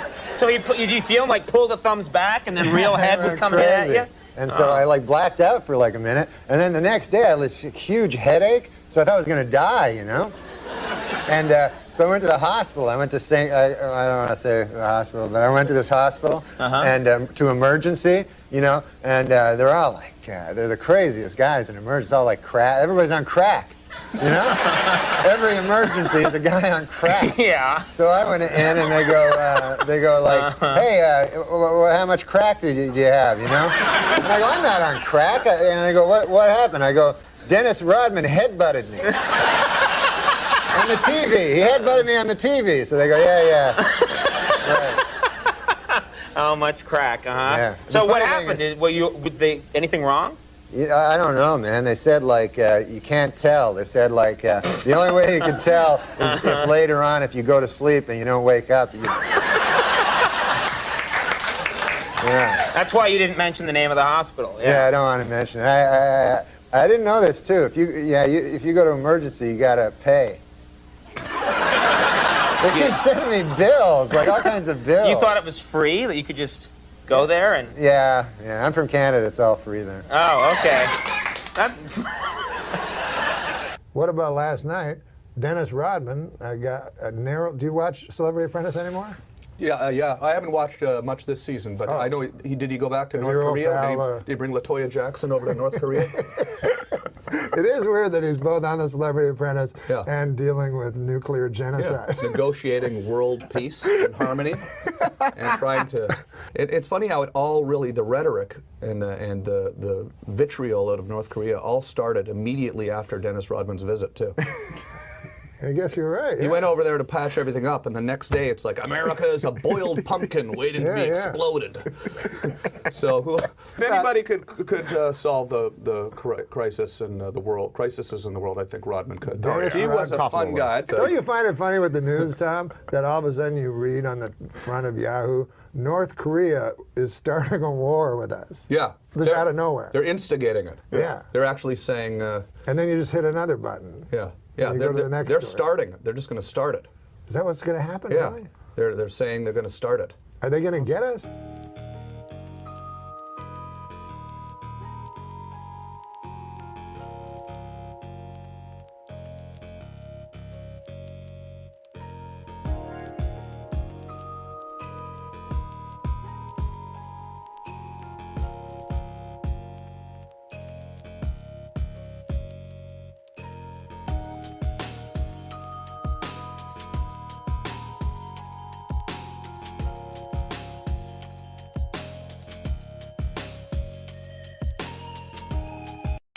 And on the American side, writer, critic, and broadcaster Joe Queenan, and from Saturday Night Live, Mr. Norm Macdonald is with us. So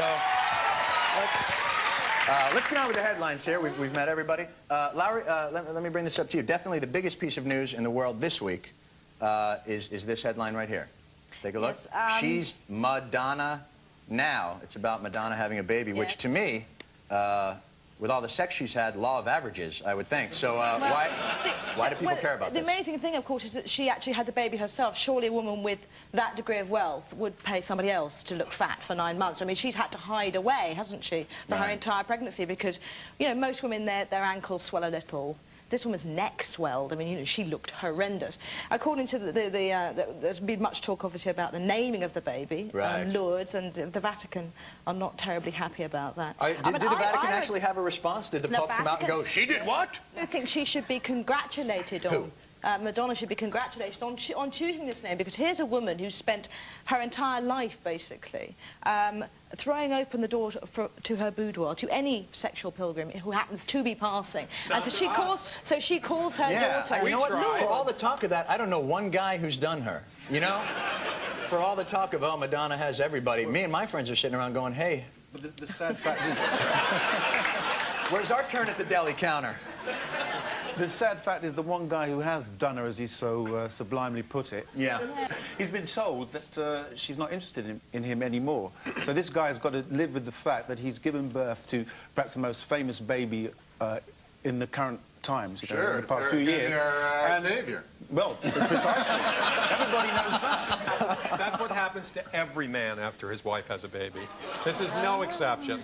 I think we've taken a turn for the bitter. Well, I think most women, after they've had babies, are less interested in their husbands for a while because they're tired, you know, they're worn out. Well, plus they've had like a 6-pound thing go through the birth canal.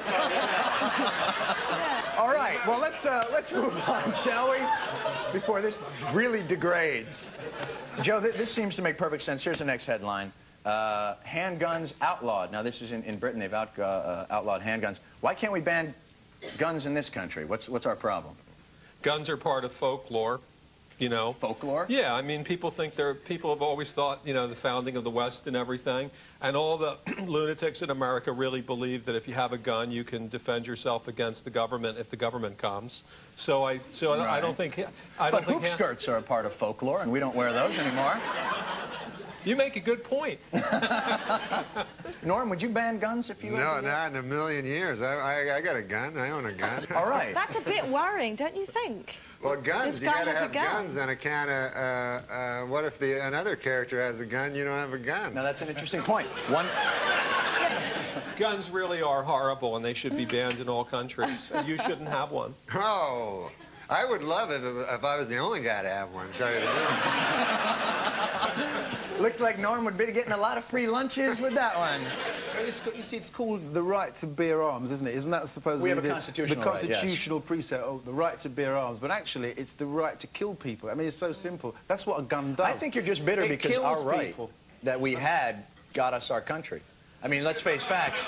If we didn't have guns 220 years ago, you guys would still be taxing the tea. But we had a couple of, you know, we had a couple of rifles. We marched down. You guys wanted to walk in single file. I don't know why you did that, but you did. And if we hadn't taught you how to use the guns in the first place, then you wouldn't have been able to. Oh yeah, like Geronimo didn't teach us how to shoot straighter than Lord Cornwallis. All right. Felix, we got some more headlines going here. Have you had one of these in England? Million Man March in England. Are there a million black guys in England to have a march? Or do they have like 100,000? I think actually there's about 5 of us. Oh my God. Things are pretty depleted right now, what with me being over here. The way it was perceived, certainly by the majority of people in Britain, was actually a little bit distorted, because I think there was this notion that it was some kind of anti-Semitic initiative, and that Farrakhan is viewed in that way. Now, I don't know enough about what he's been saying recently. No, I think he loves Jews. I've seen him. Well, yeah, in fact, the other day he had a bagel with a schmear. The guy loves the Jews. Now, I think it's stupid for minority groups, Jews and blacks, to like not get on, because hey, we all know about persecution. I stayed indoors that day. You know, I just try to stay out of the way when these seminal events occur that can't do me any good. See, I'm Irish-American, and the great thing about being Irish is that you can claim to be a minority, but you still control the police department. So you don't have to worry about anything. Let's go. Finally, Norm, this looks like the election has finally got exciting as Bob Dole got dirty. Gloves are off. What took Bob Dole so long to get nasty in the campaign? It took him a long time to get his gloves off because of his one arm that doesn't work. So he's like, oh, can you help me with my glove? It's coming off here. Very well. I feel shame and yet delight. That man lost that arm at the Battle of Anzio fighting the Nazis, and you make fun of him like that. No, I love Dole. I'll vote for Dole. He's the best man, you know. Norm, I hate to say this, and I know this to bring this up, but I don't think Canadians can vote in our elections. We appreciate your support and your enthusiasm. I'll tell you, I can't vote in the election, but I can pay the huge taxes to Clinton. Yeah, it's a beautiful country. All right. Do you believe Dole has gotten nasty too late? Have you seen Dole get nasty? This man is not capable of getting nasty. From the perspective of all the way across the Atlantic, you know, he just appears to be this doddery old guy who falls off the edge of stages occasionally. And that is largely what we're seeing. Well, you see, Dole has got a bad image problem in Britain, really, because Dole means unemployment benefit in Britain. Yes. So it's like, hey, I'm going to really sort the economy out. My name's Mr. Unemployment Benefit. You know? Doesn't compute. I think Dole didn't go on the attack as much as he could have, because there's scandal after scandal after scandal with this Clinton character, you know. Yeah. And I was reading one this morning. They said Clinton, apparently back when he was governor of Arkansas, you know, back then, he got real drunk one night and apparently had sex with Hillary. Well, let's see what all this negative stuff is about. They say Dole has gone negative, and in Britain, apparently, a picture of Tony Blair with red eyes caused a major controversy. But in America, viewers have been exposed to $450 million worth of political ads, 90% of which are negative. So are we just mean people? You know, why are we being shown these things? Let's take a look at some. Dole voted to raise payroll taxes, Social Security taxes, the 90 income tax increase, $900 billion in higher taxes. And look closely at his risky tax scheme. He'd actually raised taxes on 9 million working families. Bob Dole, 35 years in Washington, 35 years of higher taxes. We send them off to school, and we worry. Teenage drug use has doubled since 1992. And Bill Clinton, he cut the White House drug office 83%. His own Surgeon General even considered legalizing drugs. And in front of our children on MTV, the president himself. If you had to do over again, would you inhale? Sure, if I could. I tried before. Bill Clinton, he just doesn't get it. But we do. They say American people hate negative advertising, but yet it's shown to work. So what's the... I can't believe people think that that's particularly negative. That's not negative. When Andrew Jackson was president in the 1830s, they said that he was a bigamist. They said that he'd murdered a minister. That he went to his deathbed convinced that the critics had killed his wife because of these accusations. We don't have anything like this. Grover Cleveland was accused of having an illegitimate child, which he had. Warren Harding was accused of having a mistress. You know, there were all kinds of accusations, which he had. But there were all kinds of like horrible accusations about guys, and then they've got this kind of stuff, which is where, you know, Bill Clinton once said that he almost inhaled marijuana. I mean, I don't. This whole story. You think we've actually gotten kinder, that we're not nearly as negative as we used to be? I just think these commercials just like suck. And that's the issue, is that the commercials just suck. So would you like to see what, like singing raisins for the government commercials? What do you need? I'd like to see really nasty. I'd like to see ads where they said, Clinton, you know, this is the motel, this is the desk clerk. He paid $27.95. Here's the receipt. Here are the sheets. You know, that'd be negative. You know. Do they do negative now? This what was it? Tony Blair. What was it? Yeah, these were ridiculous. All they did is they sort of cut out. He got a picture of him, cut out his eyes, and then put little somebody else's eyes, they're coloured red, upside down. I mean, you know, it was a joke. What I would like to see is a bit more... But there was an outcry, am I right? There was an outcry against negative advertising. So will negative advertising never come Britain's way? Well, we already have negative advertising, but obviously it is more muted. But simply that's because there isn't the money in Britain to engage in the vast amounts of advertising that you have here. But we also happen to have much better advertising for other products. Our ads are far better than yours. I mean, but our products are far better than yours. No. You know, like we've got cars. It's got a point. What would you rather have? A song about a car or a car? You know? I think we've really been able to foster some understanding here. I expect to fire on Yorktown any minute now. I think you're witching again. The thing that's happening that we are sort of catching from America, which is rather worrying, is that we're starting to do these fake documentary type ads for politicians, and they're all the violins are playing, and that I think is about the worst kind of political advertising, because you basically you want to throw up as soon as you see it. What would you rather see for your party political broadcast? Would you rather see a guy come on and go, we don't know what we're doing? I like that ad where they go, hey, check out this guy's eyes. Look at them. Yeah, but you see, I think, if you're in an environment, which is the case in Britain, where political analysis or acute questioning of politicians takes place a lot by journalists, where, for example, even the Prime Minister can go into a television studio and be really grilled seriously about what he's done. And sometimes to the point where it happened a couple of weeks ago, a politician was so badly grilled by a journalist that he rang up the BBC saying, what the bloody hell is going on? How dare they speak to me in this way? If you've got that kind of rigorous political examination of what's going on, the advertisements become irrelevant. We don't have intelligent journalists like that. We have people named Cokie. You know, we have, like, the President of the United States comes in and gets interviewed by somebody named Cokie. And Cokie asks really hard questions. Then, you know, no politician in America would submit to intense grilling because we don't have any journalists who do that. We have, you don't think Sam Donaldson is a relatively intense journalist as far as politicians are concerned? Not by English standards, no. Those guys are really tough. Everybody over here is a cream puff compared to them. Right. They are.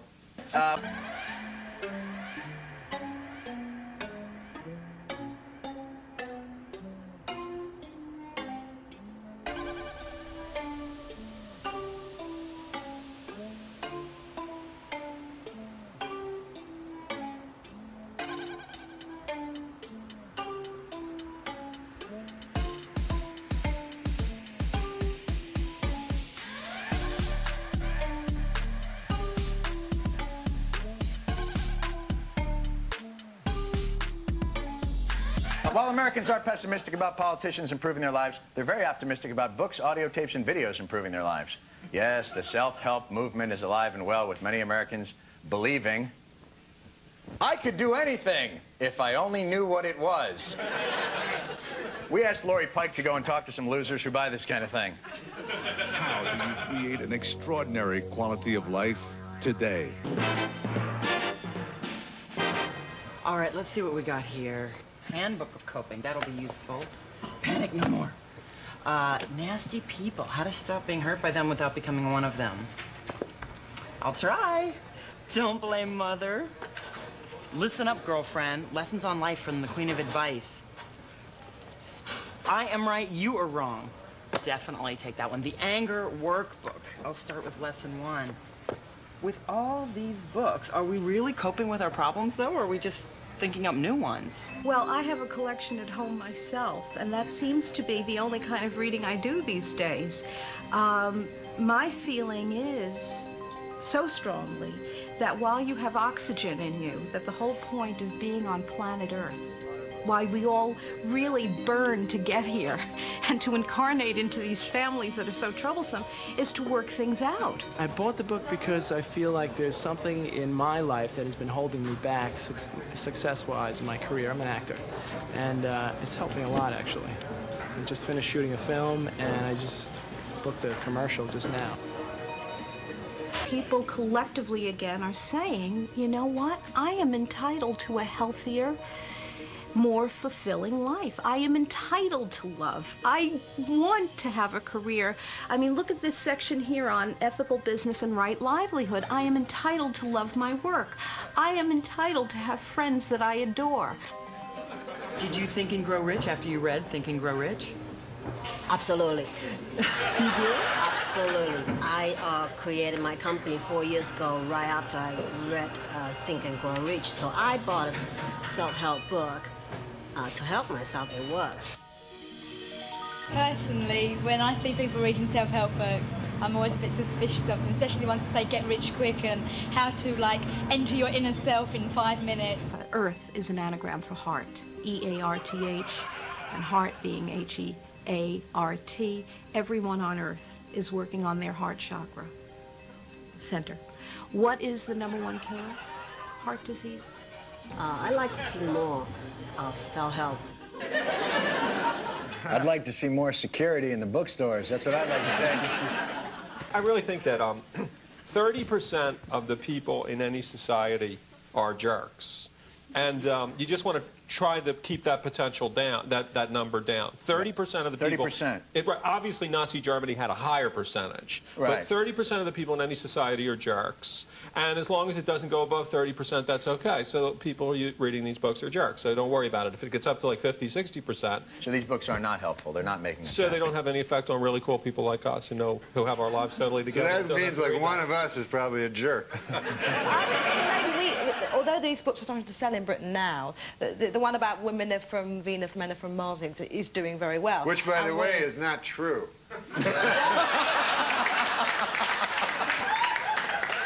These self-help books are very, very American, because if you read our advice, most of our agony aunts, they're very sort of like, dump him, he was obviously no good for you, and go and find yourself another man.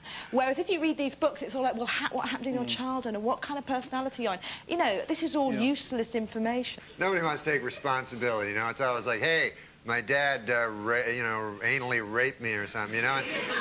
I mean, who of us haven't been anally raped by their fathers? I mean, really. Yeah, you should get over it, shouldn't you?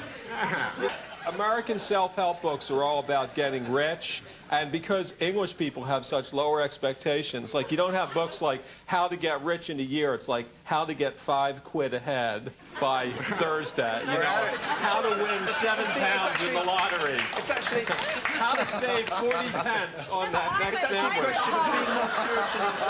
You see, actually, in Britain, the notion of self-help is not like, hey, all this stuff about finding your inner self and all that.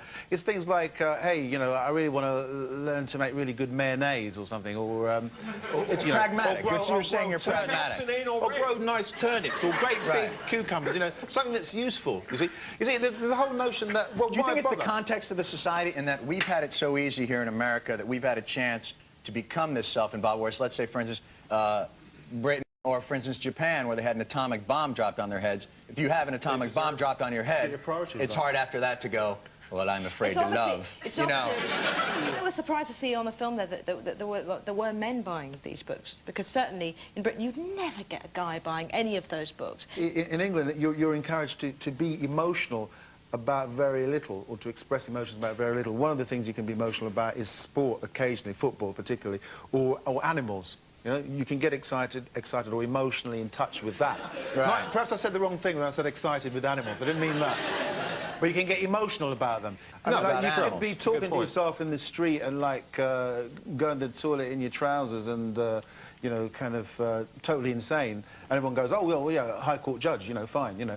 But if you're sort of even mildly thinking about going to therapy, oh, well, you're a nutter. You're a complete nutter. So there's a strange imbalance. It's almost like a prejudice against it. Because self-help, in essence, you wouldn't need a book, would you? I'll tell you a good self-help book. Yeah? Holy Bible.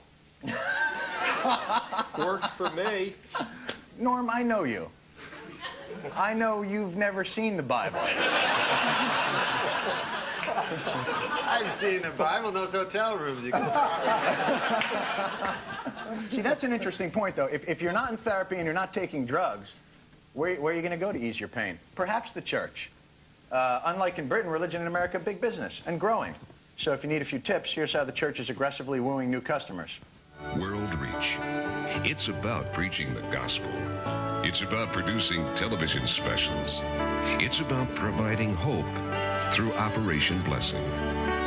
But mostly, World Reach is about Jesus. Father, in the precious holy name of Jesus, we pray right now that your power will come into the lives of people who are watching this program. All it takes is just 65 cents a day, $20 a month, because Jesus is the answer. Touch their bodies, heal them in Jesus' name. Restore that skin to normal. In the name of Jesus, receive an answer to your prayer. Terry, do you have something? You've suffered for a long time from a ringing in your ears that's very annoying, and God is releasing that for you right now. Seeing what appeared to be a golden opportunity to share the gospel with a fairly captive audience, Pastor Perry Harrison started using the church's loudspeaker to expose the students to Christian music. The Lord right now is setting you free from that terrible pressure in your head. In America, we're spoiled. And we have everything in abundance. But here, they don't have anything. And the most we can give them is hope in Jesus. Now, if you prayed with me, it's the most important prayer you ever prayed. I want you to do something about it. I want you to call us, tell us you prayed. For those who contribute, we have something called Jesus is the Answer. And we also believe in the great pumpkin and the tooth fairy. Well. Norm. Yeah. In the United States, religion, big boom in business now. Are we just a pure and moral people? Is that the situation here in America? I don't know. You know, like you always hear people saying they're Christians, yeah, and then they don't read the Bible. It's insane. Well, they say 90% of people have a Bible. Have a Bible, but you figure you read it. You know, like I mean, they get the Bible, and it's supposed to be the Word of God. And they go, yeah, I'm going to get to that. I'm reading this Grisham thing first, and then I'll get to the God thing after, you know. God, he wrote a book, too. Is religion in decline in Britain? Is it, because here it's obviously booming. I can't tell you how stunned I am by the fact that you even have that on your TV. What do you mean? Jesus is a competitive business in this country. You got to have a band and a good choir or people don't show. It's not enough to, you know, cure pleurisy. You got to have good music in there. Is it just... Go on. Go on. You see, this is English, you see. No, go ahead. It's so polite, I'm moving on.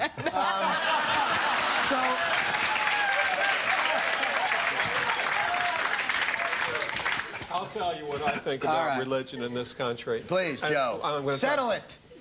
This is the only thing that embarrasses me about America. I think America is just so great. So when like French people say, but you have guns and you kill people, figure, well, who cares? So what? We didn't collaborate with the Nazis. And, you know, so you've got all these things that you know, people would criticize America for, you know, violent movies, things like that. And I think that they're just fine. But the religion thing really is embarrassing because, you know, you see this guy, this Huckleberry here, this Pat Robertson, and the guy ran for president. I mean, he's an idiot. He's a buffoon. He's a village idiot. And he's on television. television every night. He's got his own cable channel. So, you know, it is embarrassing. But the most interesting thing about religion in America is that nobody who goes around America really thinks Americans are religious people.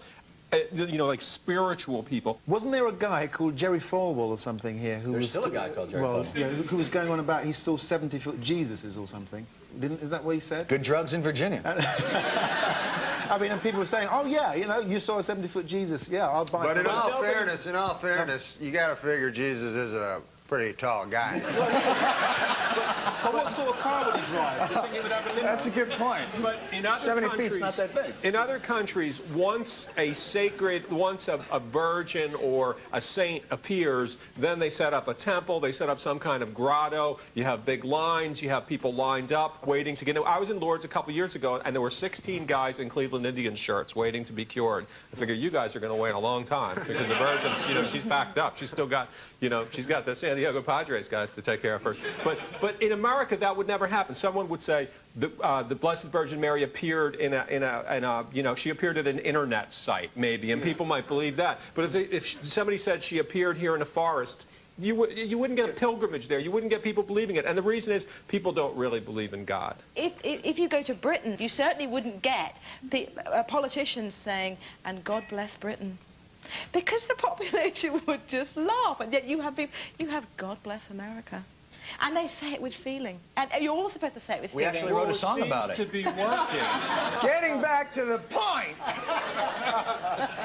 How is the Church of England going to stop the decline of people who have stopped going to church and stopped believing? What the Church of England, I think, is going to have to do, maybe, is to put television screens up for the football results and the lottery, and maybe pinball machines and make it more entertaining and for a bar people in the corner or something. Yeah, I mean, you see, because the Church of England has got this strange position. I mean, it's very integrated with the class system. And it's one of those institutions that historically has been very highly respected. But in recent years, all of those institutions have been diminished in terms of the way people look at them.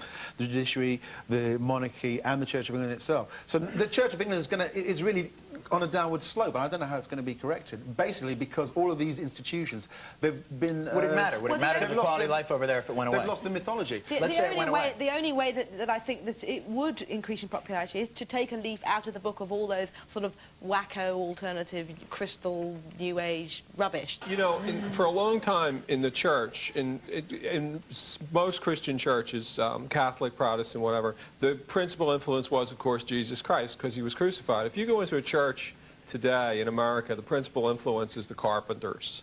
I mean, Karen Carpenter. Right.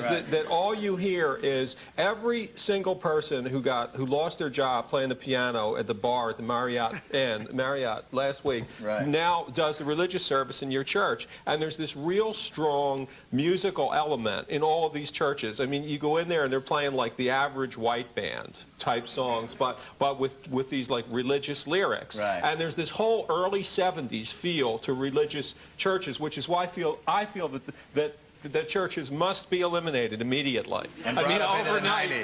You just got to get rid of the music. The first thing you do is you got to get rid of the music, and you got to do things like when they have these blessings of animals. So like bring traditional biblical animals like donkeys and dogs and stuff. People bring like Gila monsters. Right. People bring Gila monsters and iguanas and ferrets. You can't.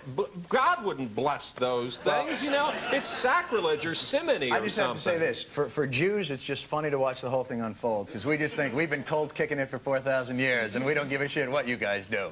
I went to a bar mitzvah a couple of weeks ago. You know, you don't have to say that like that. I went to a freak show at Coney Island once.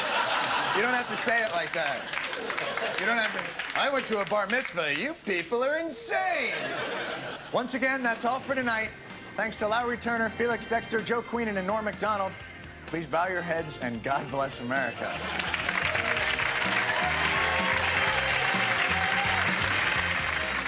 And there'll be more burning issues from both sides of the Atlantic in 2 weeks' time.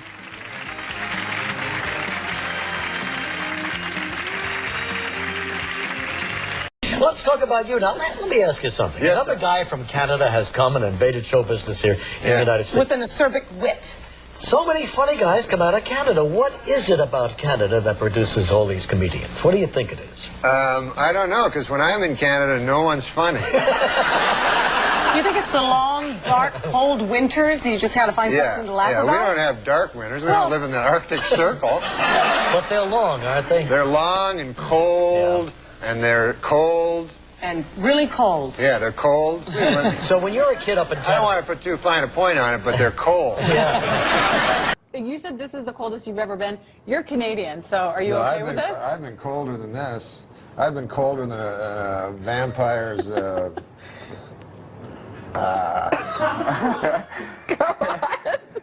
on.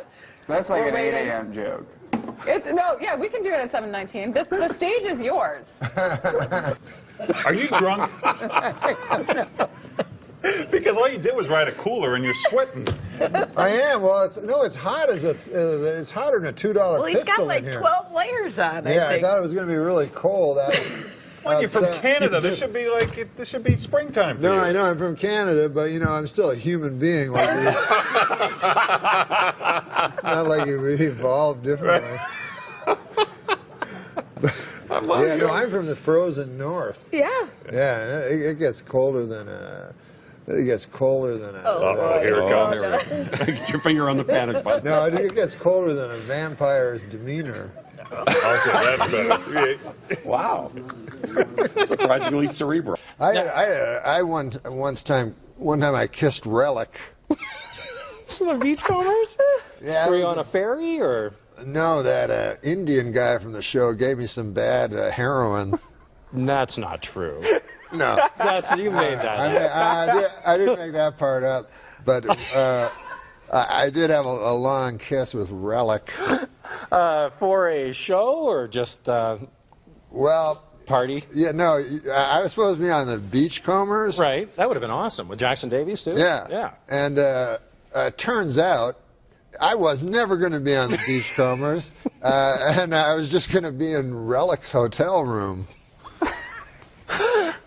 What, were you in Vancouver? Yeah, I was in Vancouver, and I'm like, this is going to be the greatest. I'm going to be, I was supposed to be like the new breed of the beachcomber and everything. That's what Relic said. So this is a next generation beachcomber thing? Exactly. Okay. Beachcomber of the next generation. Relic was supposed to be the executive producer, and he'd make occasional appearances. This is what he told me in his hotel room.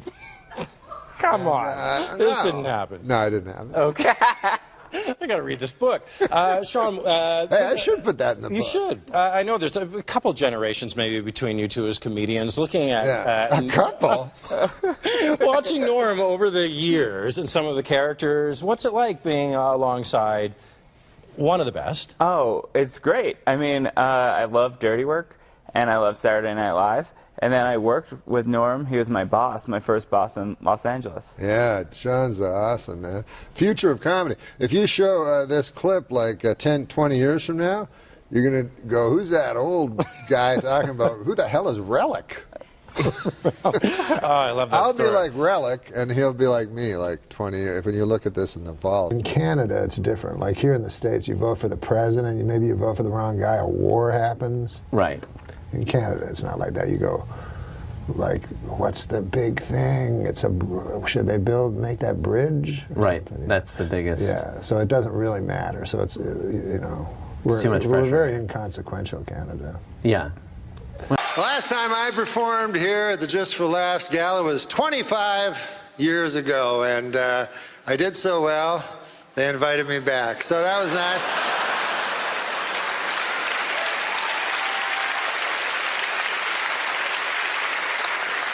I love Montreal, my God, and call me an eternal optimist, but I really believe in my heart that this is the year that the Expos are finally going to win it all.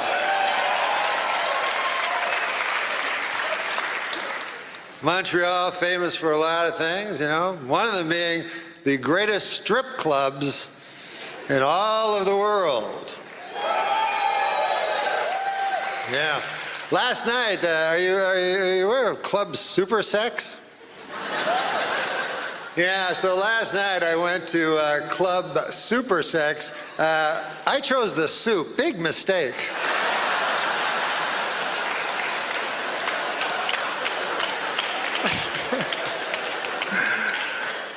Hey, big election coming up, and in Canada, this is the difference in elections in America and Canada, is elections in America mean something. You vote for the wrong motherfucker, the world blows up. I don't need that on my hands. Whereas Canada, you know, what's the, it's always like, well, what's your view on the bridge? I say keep as it is. I don't think they need to clean that up. That's fine.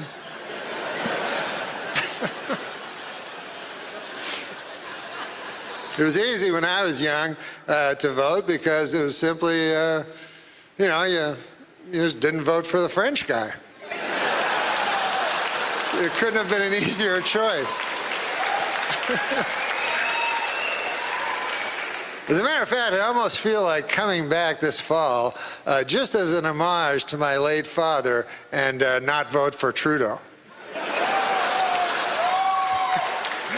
My dad did not like Trudeau. Trudeau was my hero, though. I loved him, you know. And since I've come back, I've been watching the news and everything. I've been seeing Justin, you know. And I thought, by God, you know, this Justin kid, he must be brilliant because his father was Pierre Elliott Trudeau. But then I forgot, he's got a mother. So that's kind of evens everything out. You know, what's also different in America and Canadian election? In America, you get to vote for the President of the United States, and in Canada, you vote for some motherfucker who lived down the street. In your riding. Whatever the hell that is. So then, that guy, he goes to the House of Parliament, you know, and he's like, oh, wow, this is big. And then the speaker's like, all right, well, what are we going to talk about? Anybody want to bring an issue? And then your guy's like, yeah, I just, our bridge ain't looking too good. The speaker's like, what the fuck are you talking about? I go, no, I'll sit down.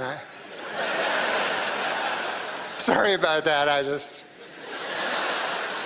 I'm scared of letting go, go, go. I'm scared of letting go, go, go. I'm scared of letting go, go, go. I'm scared of letting go of everything.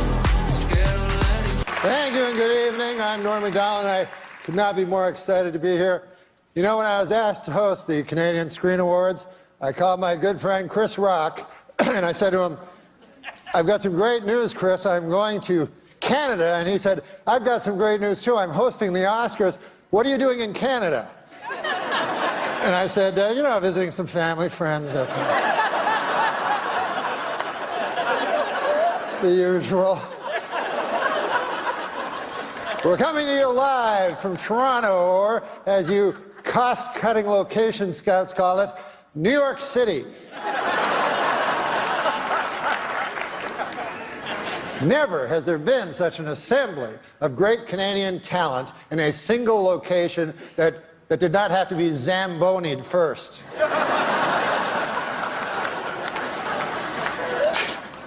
Tonight, the CSAs are being seen in over 50 countries. Isn't that exciting? Oh, wait, I'm sorry. Don't, wait. I misread that. 50 counties. And a couple of regional municipalities. We are here to celebrate nominees for their wonderful work in Canadian cinema and television, which is a lot like celebrating the Northern Lights. You probably haven't seen them, but you've heard they're amazing.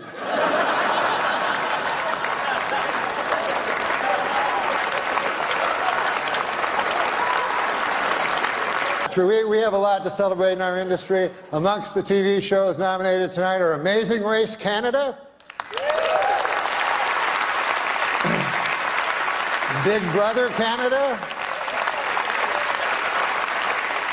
Master Chef Canada. Where do they come up with these ideas? But it's been a wonderful year for Canada. It's been especially great year for one little guy, one adorable little Canadian youngster who's already accomplished so much. Of course, you know who I'm talking about, Justin Trudeau. Hasn't he had a wonderful year? It's been a busy weekend getting here. We lost an hour. As you know, daylight savings time went into effect last night. I give it 6 months.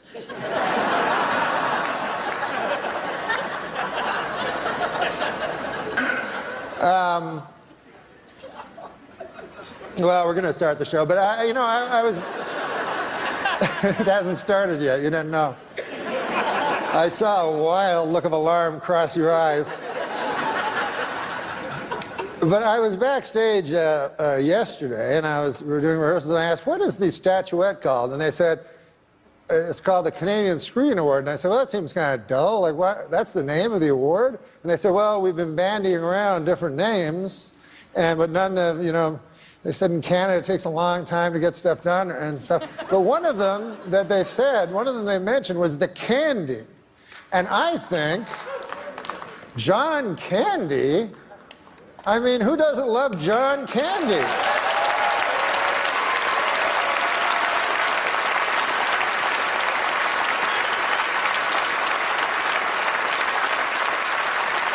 So of course, the statuette should be called the Candies. So what I'm asking you to do is, if you are a presenter, ignore the teleprompter and say, the candy goes to.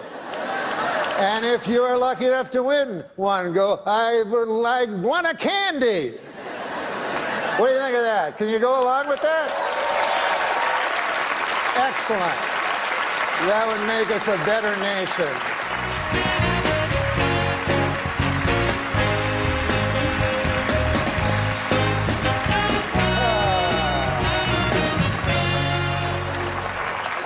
I am not here to upbraid.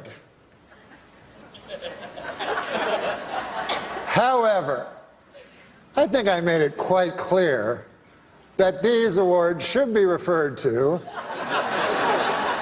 as the Candies. A 9-year-old child knew. Are you so burdened with this preposterous technology?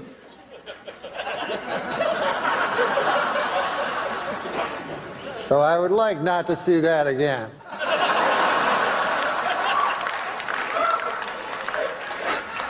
Backstage I was thinking how different things are since I moved to the United States. Now I'm in the United States. One thing I've noticed about films, I don't like foreign films anymore. They're all like artsy, kind of not my cup of tea. But when I grew up in Ottawa, by God, I loved foreign films. Star Wars, Smokey and the Bandit. Do you remember that one?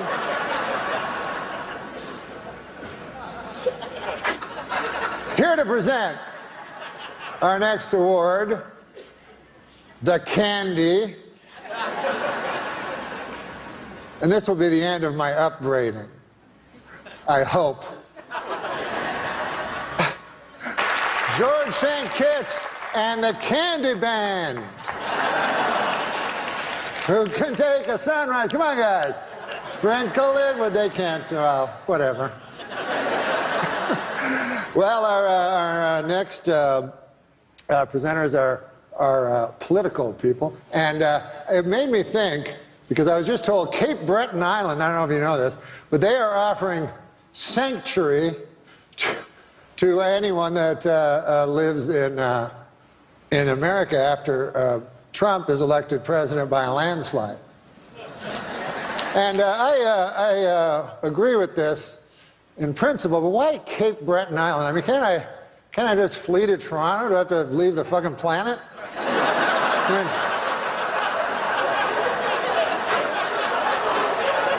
I just go to Baffin Island while I'm at it. All right, now, welcome to the stage, 2 Canadians. Oh, the Candies are going great so far, aren't they?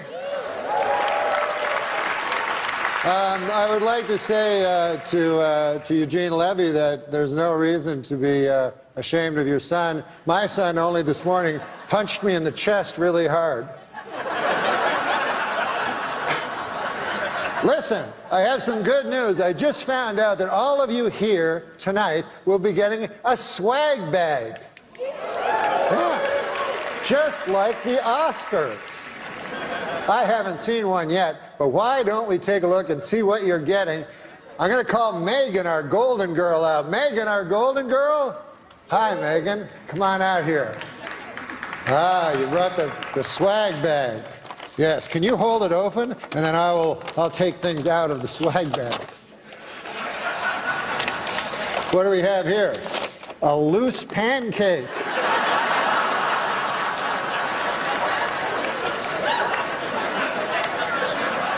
What else we got here, Megan? We got, oh, this looks cool. It's a CD, you know what they are, of Nelly Furtado singing all the national anthems.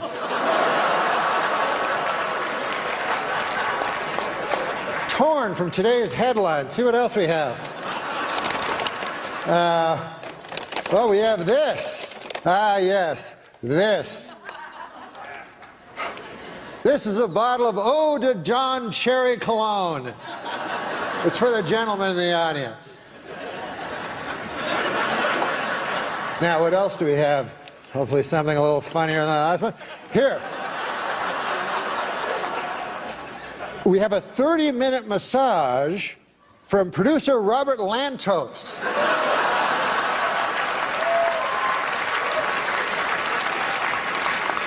Don't try to go for 50. You only can hit 30. And then what else do we have here? Oh, a curling stone.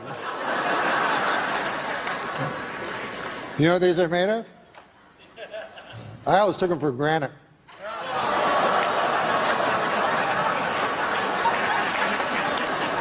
Last time I take a joke from Martin Short. All right. Megan, just do some house cleaning here. Having a hand for Megan, our Golden Globe. A natural mistake. All right. Listen, guys. For some reason, I've been told to stretch. So,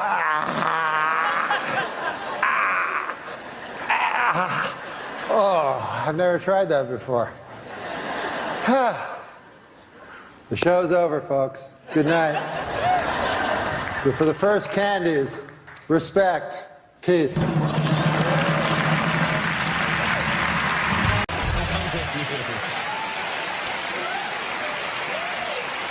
Best of luck with those projects. Thank you, Conan. Norm, thanks so much. I don't know what's happened here tonight, but I thoroughly enjoyed it. I love you, baby. Norm Macdonald, we'll be right back. Jim Gaffigan's here. Hilarious, man. We'll see you in a second.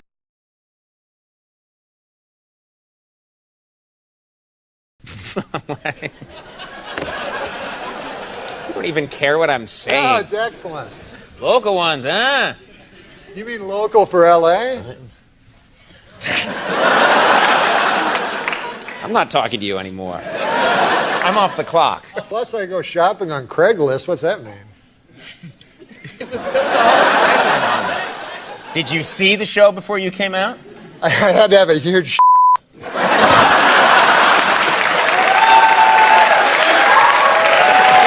Ready to do this? So what?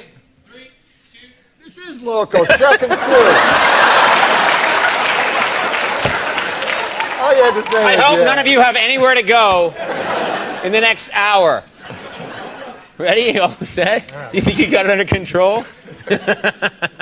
Okay. Yeah. I'm sorry. Shoot a local promo, huh? All right, here we go. Wait, this is not a local one. No, this one says, "Hey, everybody." The least local one you could have. Hey, everybody. It's, yeah, something an idiot says when he comes in the room. Hey, everybody. Hey, everybody. That's what you say. That's what you say. Yeah, I know. I'm an idiot. Norm. You go to a bar tonight. What? That's what you say when you go to a bar tonight after the show. Hey, everybody, we've got a great show. What's wrong with you? touching me for? Why are you touching me? Hey, everybody, we got a great show tonight with Norm Macdonald, comedian Jim Gaffigan, and musical guest Nico Case. Plus, I'm sorry. I couldn't. We should be hugging. In my peripheral vision, it looked like you were making out, and I got distracted.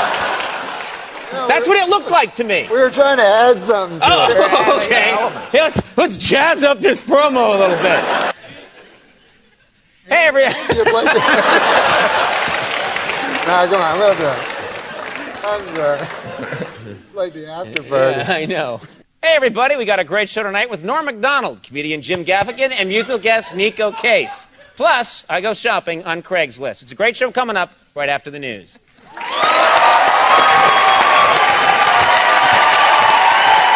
Baby, won't you come by?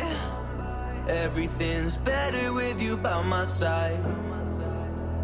A movie and dinner tonight. Pour a couple drinks and yeah, we're feeling fine. I was thinking that the new comedians, like Jim Gaffigan, what is it called when you say a joke and then refer to it? Oh, Some sort of I don't meta. know what it's called, but yeah, everybody's just What are they doing doing? that. Kind of explain what they do. Well, what they do is they're basically saying what Jim does is he's telling you what the audience's reaction So give to an that example. joke is. So it's like you know. The joke, it's not the joke part isn't important. You can talk about the Care Bears, but you just say the... Okay, so he's like, you know, I like Samuel, something, the punchline, Samuel L. Jackson. Oh, I don't care for him. He's not a good actor. Something like that. Sometimes beauty's distracting, too. Like Halle Berry, she is so beautiful. But whenever she's in a movie, I find it hard to follow the plot. Like when she was in Monsters Ball playing that poverty-stricken woman, the entire time I was watching the movie, I was like, well, why doesn't she just become a model? But isn't that he said he was commenting on his own act, not on Samuel L. That's Jackson? what he's. Oh yeah, but he's talking about the. Why does this? All right, so he'll be talking about like cheeseburgers. I love about mini muffins is you can eat fucking 12 of them. Oh, he just keeps talking about food. Why is he talking about food so much? He does that. And now this has become a kind of a standard since. Yeah, since he did it, it's like everybody. Try and be a good dad. I sat the older three down and I explained to them that the new baby does not mean I love them any less, but I will have to let one of them go. So if anyone knows of a toddler rescue, maybe we could get Sarah McLachlan to do the commercial. I don't like that joke at all. Why would he put that joke in this special? 4 kids. Bedtime is a crisis. That's why I'm here right now.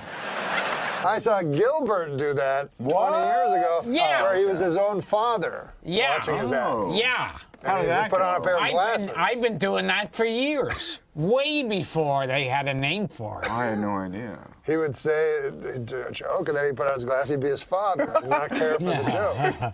Right? That's brilliant. What do you have to say now? I mean, I'm not a good, Anything. Yeah, clearly.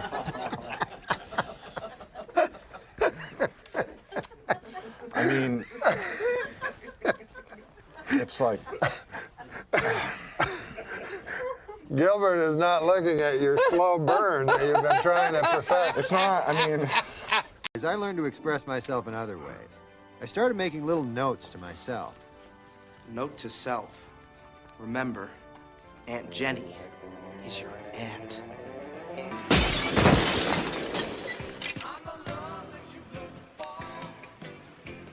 Note to self. Learn to fight. Look, an alien. Yeah, we better have sex with each other.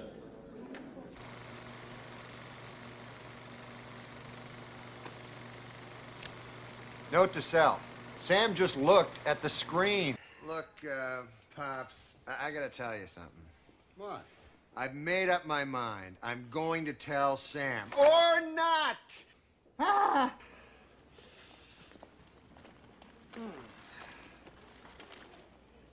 Note to self, forget about fathering children. Ever had a chick with a beard before? I can't say that I have there, bearded broad. Well then, sugar, you haven't lived. Note to self, I don't want to live. I'm on my way to my grandmother's place. Do you want to walk me? Note to self, Mitch was right.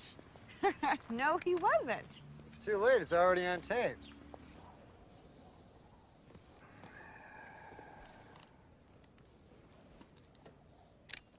Note to self, remember no matter how bad life gets, there is always beer. Do you remember when you said this? Note to self, making love to blow-up doll, not as good as advertised. No?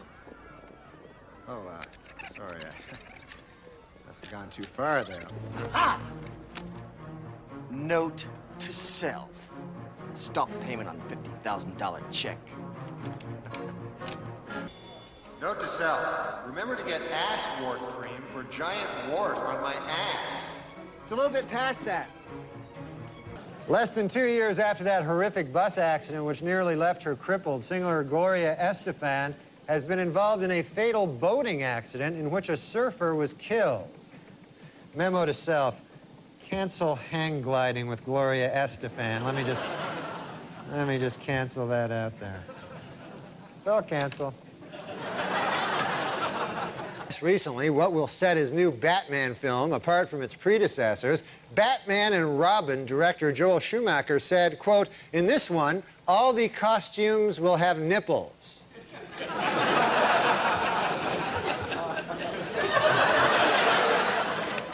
Note to self, do not watch the next Batman and Robin. And in Fairbanks, Alaska, a new high-tech emergency phone system will give operators the name and address of anyone who calls 911. Note to self, don't make any more prank 911 calls in Fairbanks, Alaska.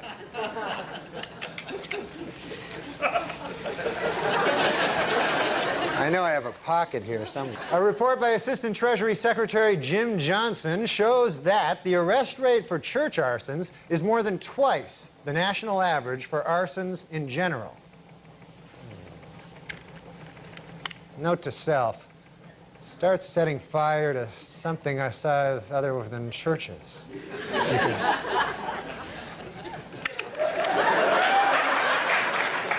In New Mexico this week, lawmakers passed a measure to abolish the state's 15-year statute of limitations on first-degree murder. Note to self, cancel plans to return to New Mexico.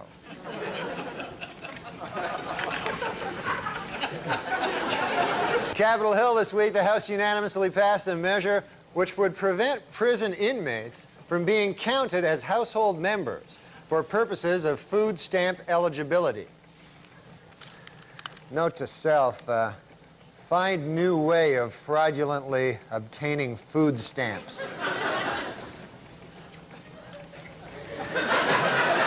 The Nuclear Regulatory Commission has warned that an industrial camera stolen from a Montana company could pose a radiation hazard if its casing is opened. Oh. Note to self, after show, remember to close the casing on that industrial camera that I borrowed from a thing while I was in Montana. In Indiana, the state legislature has approved a law requiring professional hypnotists to be trained at accredited institutions and certified by the State Medical Licensing Board. Note to self, cancel plans to tour Indiana as hypnotist this summer. Oh, wait. Ignore previous note. Instead, note to self, get fake hypnotism diploma and proceed as planned. In Alabama, a new state law will dramatically increase the penalty for bouncing a check. Note to self, cancel summer vacation plans in Alabama. Find state more accommodating to the Norm Macdonald lifestyle. In North Carolina, the Bowman Gray School of Medicine is looking for 20 habitual marijuana smokers who they'll provide with free pot in order to study the effects of the drug.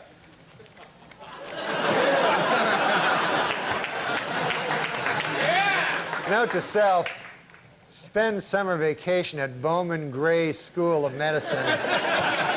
Maybe take Timmy Meadows along with you.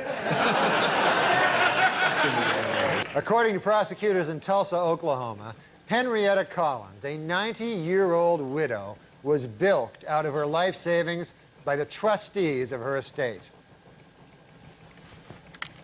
Note to self, forget trying to bilk Henrietta Collins out of her life savings. Some dirty bastard got there first.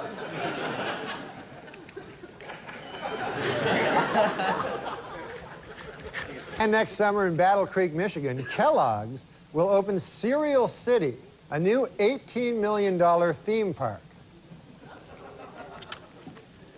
Note to self, start buying up land next to Cereal Theme Park, then open Milk Theme Park. And watch the money roll in.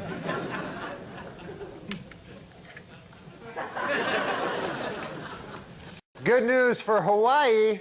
Next year, the state will receive $20 million in federal funds to help teach poor children how to read. Oh. Note to self, swindle poor Hawaiians out of $20 million by pretending to be a guy who teaches reading.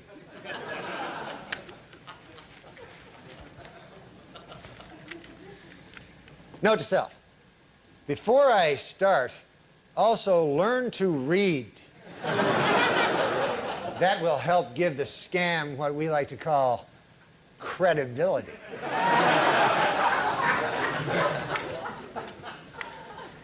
That's a big word.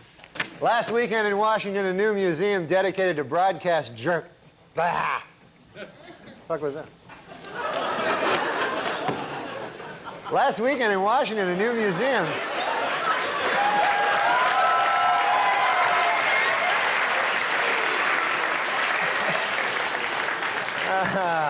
My farewell performance. Last weekend. All right, folks. Maybe we'll see you next week. Good night. With the resignation of 2 police officers in Virginies, Vermont, the city's 2,500 residents are now left with only 1 policeman. Note to self, if I get fired for cursing on the air last week, drive up to Virginies, Vermont, hypnotize the remaining policeman, and loot town.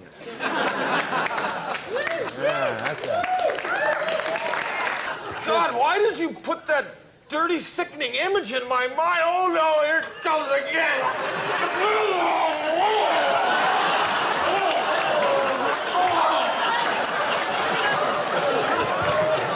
God, she's just a lesbian. Oh, stop it! Please stop!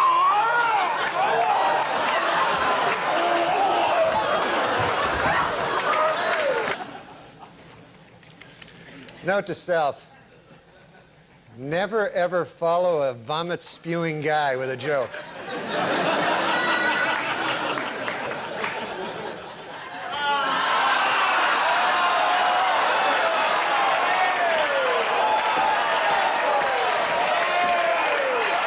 It's good, it's quite good.